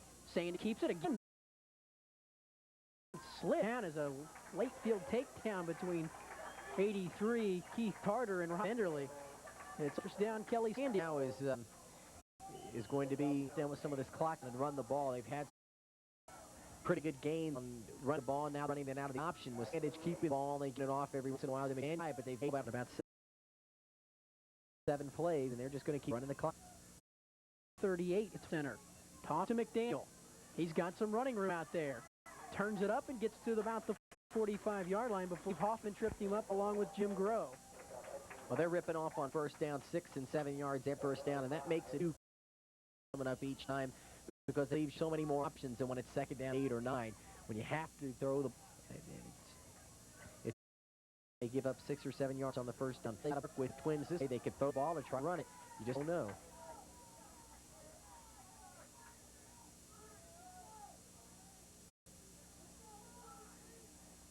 McDaniel. And he's going to slip through the tackle of Lonnie Snell before Steve Huff comes up and Steve. We're going to leave marker going down, I believe, a face mask. Get a chance to see it again. Where he just keeps those legs moving and keeps churning. And It'll be a personal foul. Sure, who can maybe see it again? We've got a personal foul, blue, automatic first down. That really hurts because in college, we'll bring the ball all the way down to the Thomas More 32-yard line, and the score here is going to make it awful tough on Thomas More. There we see it again as McDaniel goes. I don't know, maybe, but I sure didn't see it. Maybe Gander or Hoffman or Enderle coming in, chopping into his knees possibly on the late on that play, but I don't know. Same exact play. Result is coming up. Jim Groh makes the stop. Thomas More right about the line of scrimmage. Yeah, Mike Hawkins was caught out there. The guard trying to a little inside trap block, and he got caught up with McDaniel. McDaniel fell over. He really up the yardage on this drive. We're down under Thomas More, trailing 14-7. 68-yard drive so far, and they've really up about 6 minutes of the clock too. Boy, needed way off Meyer, the receiver. Instead, Sandage, and this time Joe Shriver comes to make the stop. Sandage has got to see that and come up and throw the ball. I know Horstmeyer and Gare, he wants the ball down out to him. You can't give a receiver a 10, 12-yard cushion like Thomas More is doing because he's going to have to just step up and throw football. He's got the line of scrimmage, and Sandage, as he gives it again, I'm going to take it. Say this is a big play would be an understatement. Third down and 9 as we near the 8-minute mark. We know they've had trouble kicking the football, so it's a very big play. Horstmeyer comes to the bottom. They line up Tarver, as you can see, 83 on wing to the right. Sandage rolls to his right. Throw downfield, has a man open. Horstmeyer wide open. He'll just slide out of bounds. But when you have that much time to throw the football, you're going to get people open. Play goes right in front of them. They had to hide out of the way. So a big pass completion from Kelly Sandage to his receiver, Eric Hortline. Thomas More keep at the 1-yard line. Right. They've gone almost 80, 81 yards so far, and they chewed up a lot of clock now, down to 7 minutes and 4. Two-tight play. They give inside to Corbett, the fullback, and he gets pretty good yardage down to stop. Dennison Keller to the sideline where looked like Center College sideline back up. Can you see them down there? Are they happy? Yes, they are, and with good reason. You see the huge drives putting together. I'll back up, guys, so you can enjoy the end of. I'll talk to you in a couple minutes. All right, second down and 6 yards to go as we near the 7-minute mark.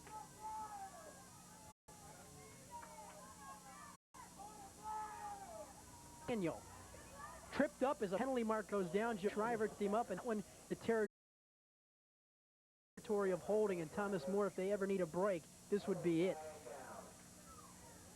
And the defense for Center College, which played a heck of a fourth there on the field quite a long time, as we said. They were laid over trying to get a breath, and he was on the sideline. They've gotten a big break here, almost 7-8 minutes now. They've been sitting on the now. It looks like he is Rozier and got some fluids into him. It looks like most of us now attention on the great time to put a drive together, because it gives your defense Field almost exclusively in the third quarter, it seemed like, of the ball game. But you're right, they're all now rooting on the offense, but more importantly, they've gotten the rest they needed. The holding penalty moves it to throw. Thomas More blitz and almost Daniel. I didn't even see McDaniel at first. I thought it looped back in front of him to make the catch at the 20. It's a tough pass throw. He's the ball crossing it all the way to the side. Looks this way, and again, Beaker comes in on it. Daniel steps right in front of the defensive back and made a nice catch. He picked up 6 yards, so it's still be third down, about 11. From the 20-yard line. Tarter to the top, Horsemeyer to the bottom, McDaniel in the slot. Quick drop, he looks forward. Horsemeyer slipped one man and comes up close. Defensive back Niederman had fallen on the play, and I believe Horsemeyer looking at the marker, and it's going to be awful close. Nope, the official says first down, and that's exactly what it'll be. Once again, but wide out, we see the play again here. Sands steps back, fires, and you see the receiver slipped a little bit. Horsemeyer gets it upfield. He gets it just inside the 9-yard line, almost to the 8. That's first down. It's going to be first down and goal from the 9-yard line for Center College. A score here is really going to put the closing touches on this game. Here in the 5:30 mark, drive, if I recall, started with just over 14 minutes to go in the ball game. Oppen Sanded fakes, heaps, dive into out the 3-yard line. Shriver was the first one. They didn't count. Peterman came. Robert Lee Austin has made a lot of plays this afternoon. Oh, this is getting into McDaniel territory. Right. He scored on the season 11 times on the ground and has scored both touchdowns to a 51-yard jump and a 6-yard run. Tom Moore bringing a couple more linebackers in. Shane Elkin coming For under 5 minutes to go now. Is McDaniel. Has Moore tried to strip him. He came close to getting into the end zone. Sandage sure thought so, but he was back about 10 yards off the play. It's going to be guy line, and the center offensive line guy on that play was just great push off the line of scrimmage. You know, they're a bit smaller than the big. Dennis and Keller signaling to us about a foot away here. Third down, a foot to go for the touchdown. And we all guess who this one's going to. It is McDaniel, and he plunges in for the touchdown. That's his set last year of 11. So now he's rewriting the record books. 3 more touchdowns. He came in with almost, as we said, the defense has really got a big rest. And almost 99 yards for Center College and a touchdown. And those guys up front, the offense really for Center is in to attempt the extra point is David Barr out of hold of Jeff Ratanapool. Bangs through, and with 4 minutes to go in the football game, Dennis and Keller, Thomas More finds itself in a huge hole. I think this part of the game where Center's experience over Thomas More has made the most difference. This is a team that has 32 lettermen coming back from a team that went 8-1 last year. Of course, Thomas More is off fresh, and I think that factor alone has made the biggest impact toward the end of the game. Well, it sure did on that drive as they went 99 yards. And Thomas More had a couple of chances to stop them when they were backed up deep in the territory, just couldn't make the tackles. And I think one of the keys really had them off balance. Right, they hadn't shown it. They only played the option, I think, twice earlier in the game. They hadn't shown it. They came out, and again, when they got down, they're the linemen who are a little bit smaller than Thomas Moore's got up under him and pushed off the line of scrimmage a little bit. Well, I think it was piling on against the Thomas More defense. They helped cause, and again, 10-minute drive. It's 21-7 with 3 minutes and 3 seconds left. Will be David Harr, the 2 deep men, 17, Rob Adams. Also back deep, 19, Chris Wagner, the bottom of the screen. It'll be Wagner from the 10. Has a runner up the middle, and he was stood up. Chris Shelby County High School, who just lifted him in the air and dropped him back to the earth on the T6. Yeah, Heelter Pennington really made a stop there on Wagner, and I'll tell you what, he felt that one. He got driven into the ground. And now the well-rested defense. We get a chance to see it again. Yeah, you're right, 36 Pennington's a real helped out a little bit. Situation down by 2 scores, and that's exactly. He has knocked down Steve Cherry. He had Matt Kern, who we hadn't seen in the football game, listed as a running back, a junior out of Russell High School near Ashland, but he's in at the linebacker spot. They've been really hit hard by injuries. Case quickly back to throw again. Again, it's Wagner. Matt himself there dropping that ball, but again, he looked upfield and tried to run before he caught it. And that's the first thing that you always hear. Receiver starts to run before he catches the ball. Wagner has had a big day receiving the foot catches for him. 3rd and 7 yards to go.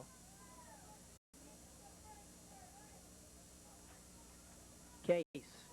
Pressure coming from his backside. He never saw the man coming, and Scott Downey gets credit for the sack.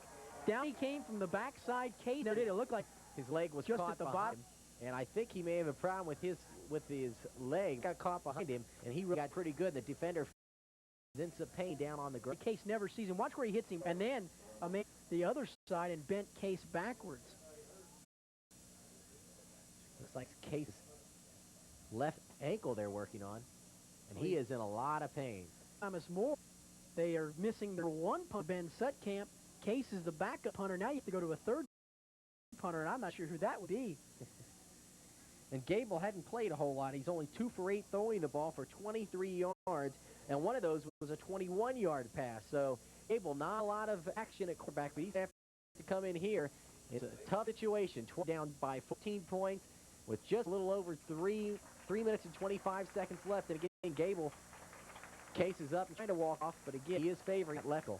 Quarterback out of Cincinnati Baden High School was over there throwing very quickly, but this, I believe, time for Thomas Moore to punt, and that's exactly what they'll do. And I have to check and see who's going to go back and do the kicking chores here. Freshman defensive tackle, County High School. We'll see how he does on his first effort of the season. And he dropped all, but there's no pressure. Luckily, look at him. This time they're going to get him. He took a lot of time trying to punt the football and shooting through that time to get a piece of it. I believe Doug Cox, senior out of Rockcastle County, was 79. Now, a lot of people are going to wonder why he was tackled there. Once the ball hits the ground, he's considered a runner. And you're allowed to tackle the punter in that situation, and that's what happened. He just came up and simply tried to tackle him, and the punt went about to 11 See it yards. again, and he also got a piece of the football, and you can go ahead and run into the kicker if you get a drop. As a punter, boy, you are. So back into action here from the 34-yard line. A big fire. All the time left, now 90. All the way for Thomas Moore was Hubert. Kid, his freshman, see. Out of Smart Christian. They have called his name a lot. He's been around the ball a lot today. Clock continues to run as we near the 2nd and 9 for center from the Thomas Moore 32. Horsemeyer checks out of the football game for one of the few times all day. Going their power formation here with 2 tight ends. Sandage wants to put it up. Throws down the middle, has Harder open. He's going to make a good catch. Stays in bounds, still on his feet. May go all the way. Is going to finally be brought down by Jim Grove. Came all the way from a defensive tackle position. Make the stop. Tilt double back. Made a nice block there, but as you said, turn the ball. Sandage under there. Supposed to stop it. And the ball's all the way now down to the 5-yard line. Be first to go. And a little dangerous pass. One more time for Mr. Daniel. Made 4 touchdowns on the day. And the defense is sucked up. They were 9 guys close to the line. Yeah, 1 safety, and then the guy that was covering Tim Holt on that play, the cornerback on the outside, and that's it. From there, 5-yard touchdown, racing 13 on the year, rewriting that college record book. He ran by Nick Myers and Todd Elmore. The old swinging gate there is, again, center Cox thought Thomas been sleeping, but Thomas Moore got over and stopped him short, so that's going to be 27-7 lead. 44 left. Thomas Moore should get the ball one more time here, and we'll see what they can do. Well, Thomas Moore had gotten right back in the football game at the end of the 3rd quarter on a touchdown pass from John Paul Case to Chris Wagner with 5 3rd quarter, and had center back up on 1-yard line. It was still a 14-7 ball game, making it 27-7. For me, had 139 officially on 27. We had talked about in workhorse, and you can see why they go to him. A strong, he's got good hands, as we've seen catch quite a passes coming backfield too. Again, we want to remind our next will be November 3rd when Thomas Moore takes on Mount St. Joseph Oak Hills High School in Cincinnati.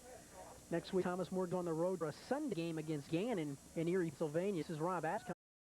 He just Myers, who intentions of the world of taking Adams' head off. Rob should have cut up a little bit. Al Myers is a cornerback.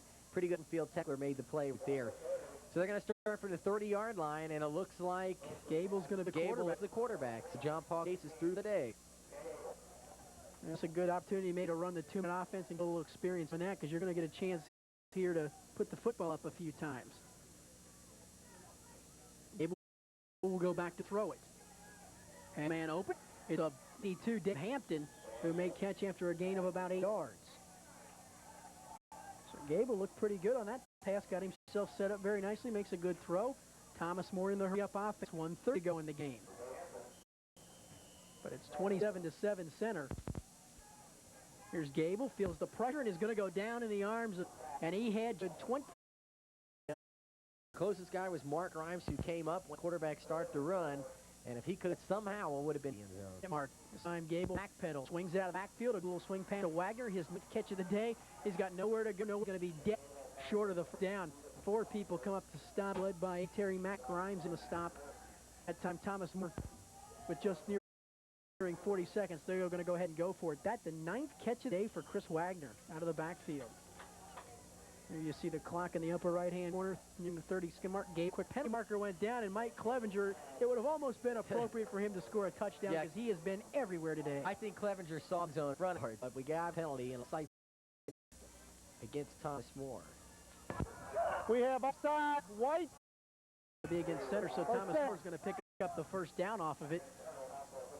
So Gable had gone ahead, or excuse me, boy, he has been a guy that I on run for it, pass, or if he hasn't been on popcorn and hot dogs in the stands. One of the more impressive defensive players you've seen this year. Gable to throw on first down. Over the middle to Wagner, complete and trying to Clevenger. It just seems like wherever the football is, he is.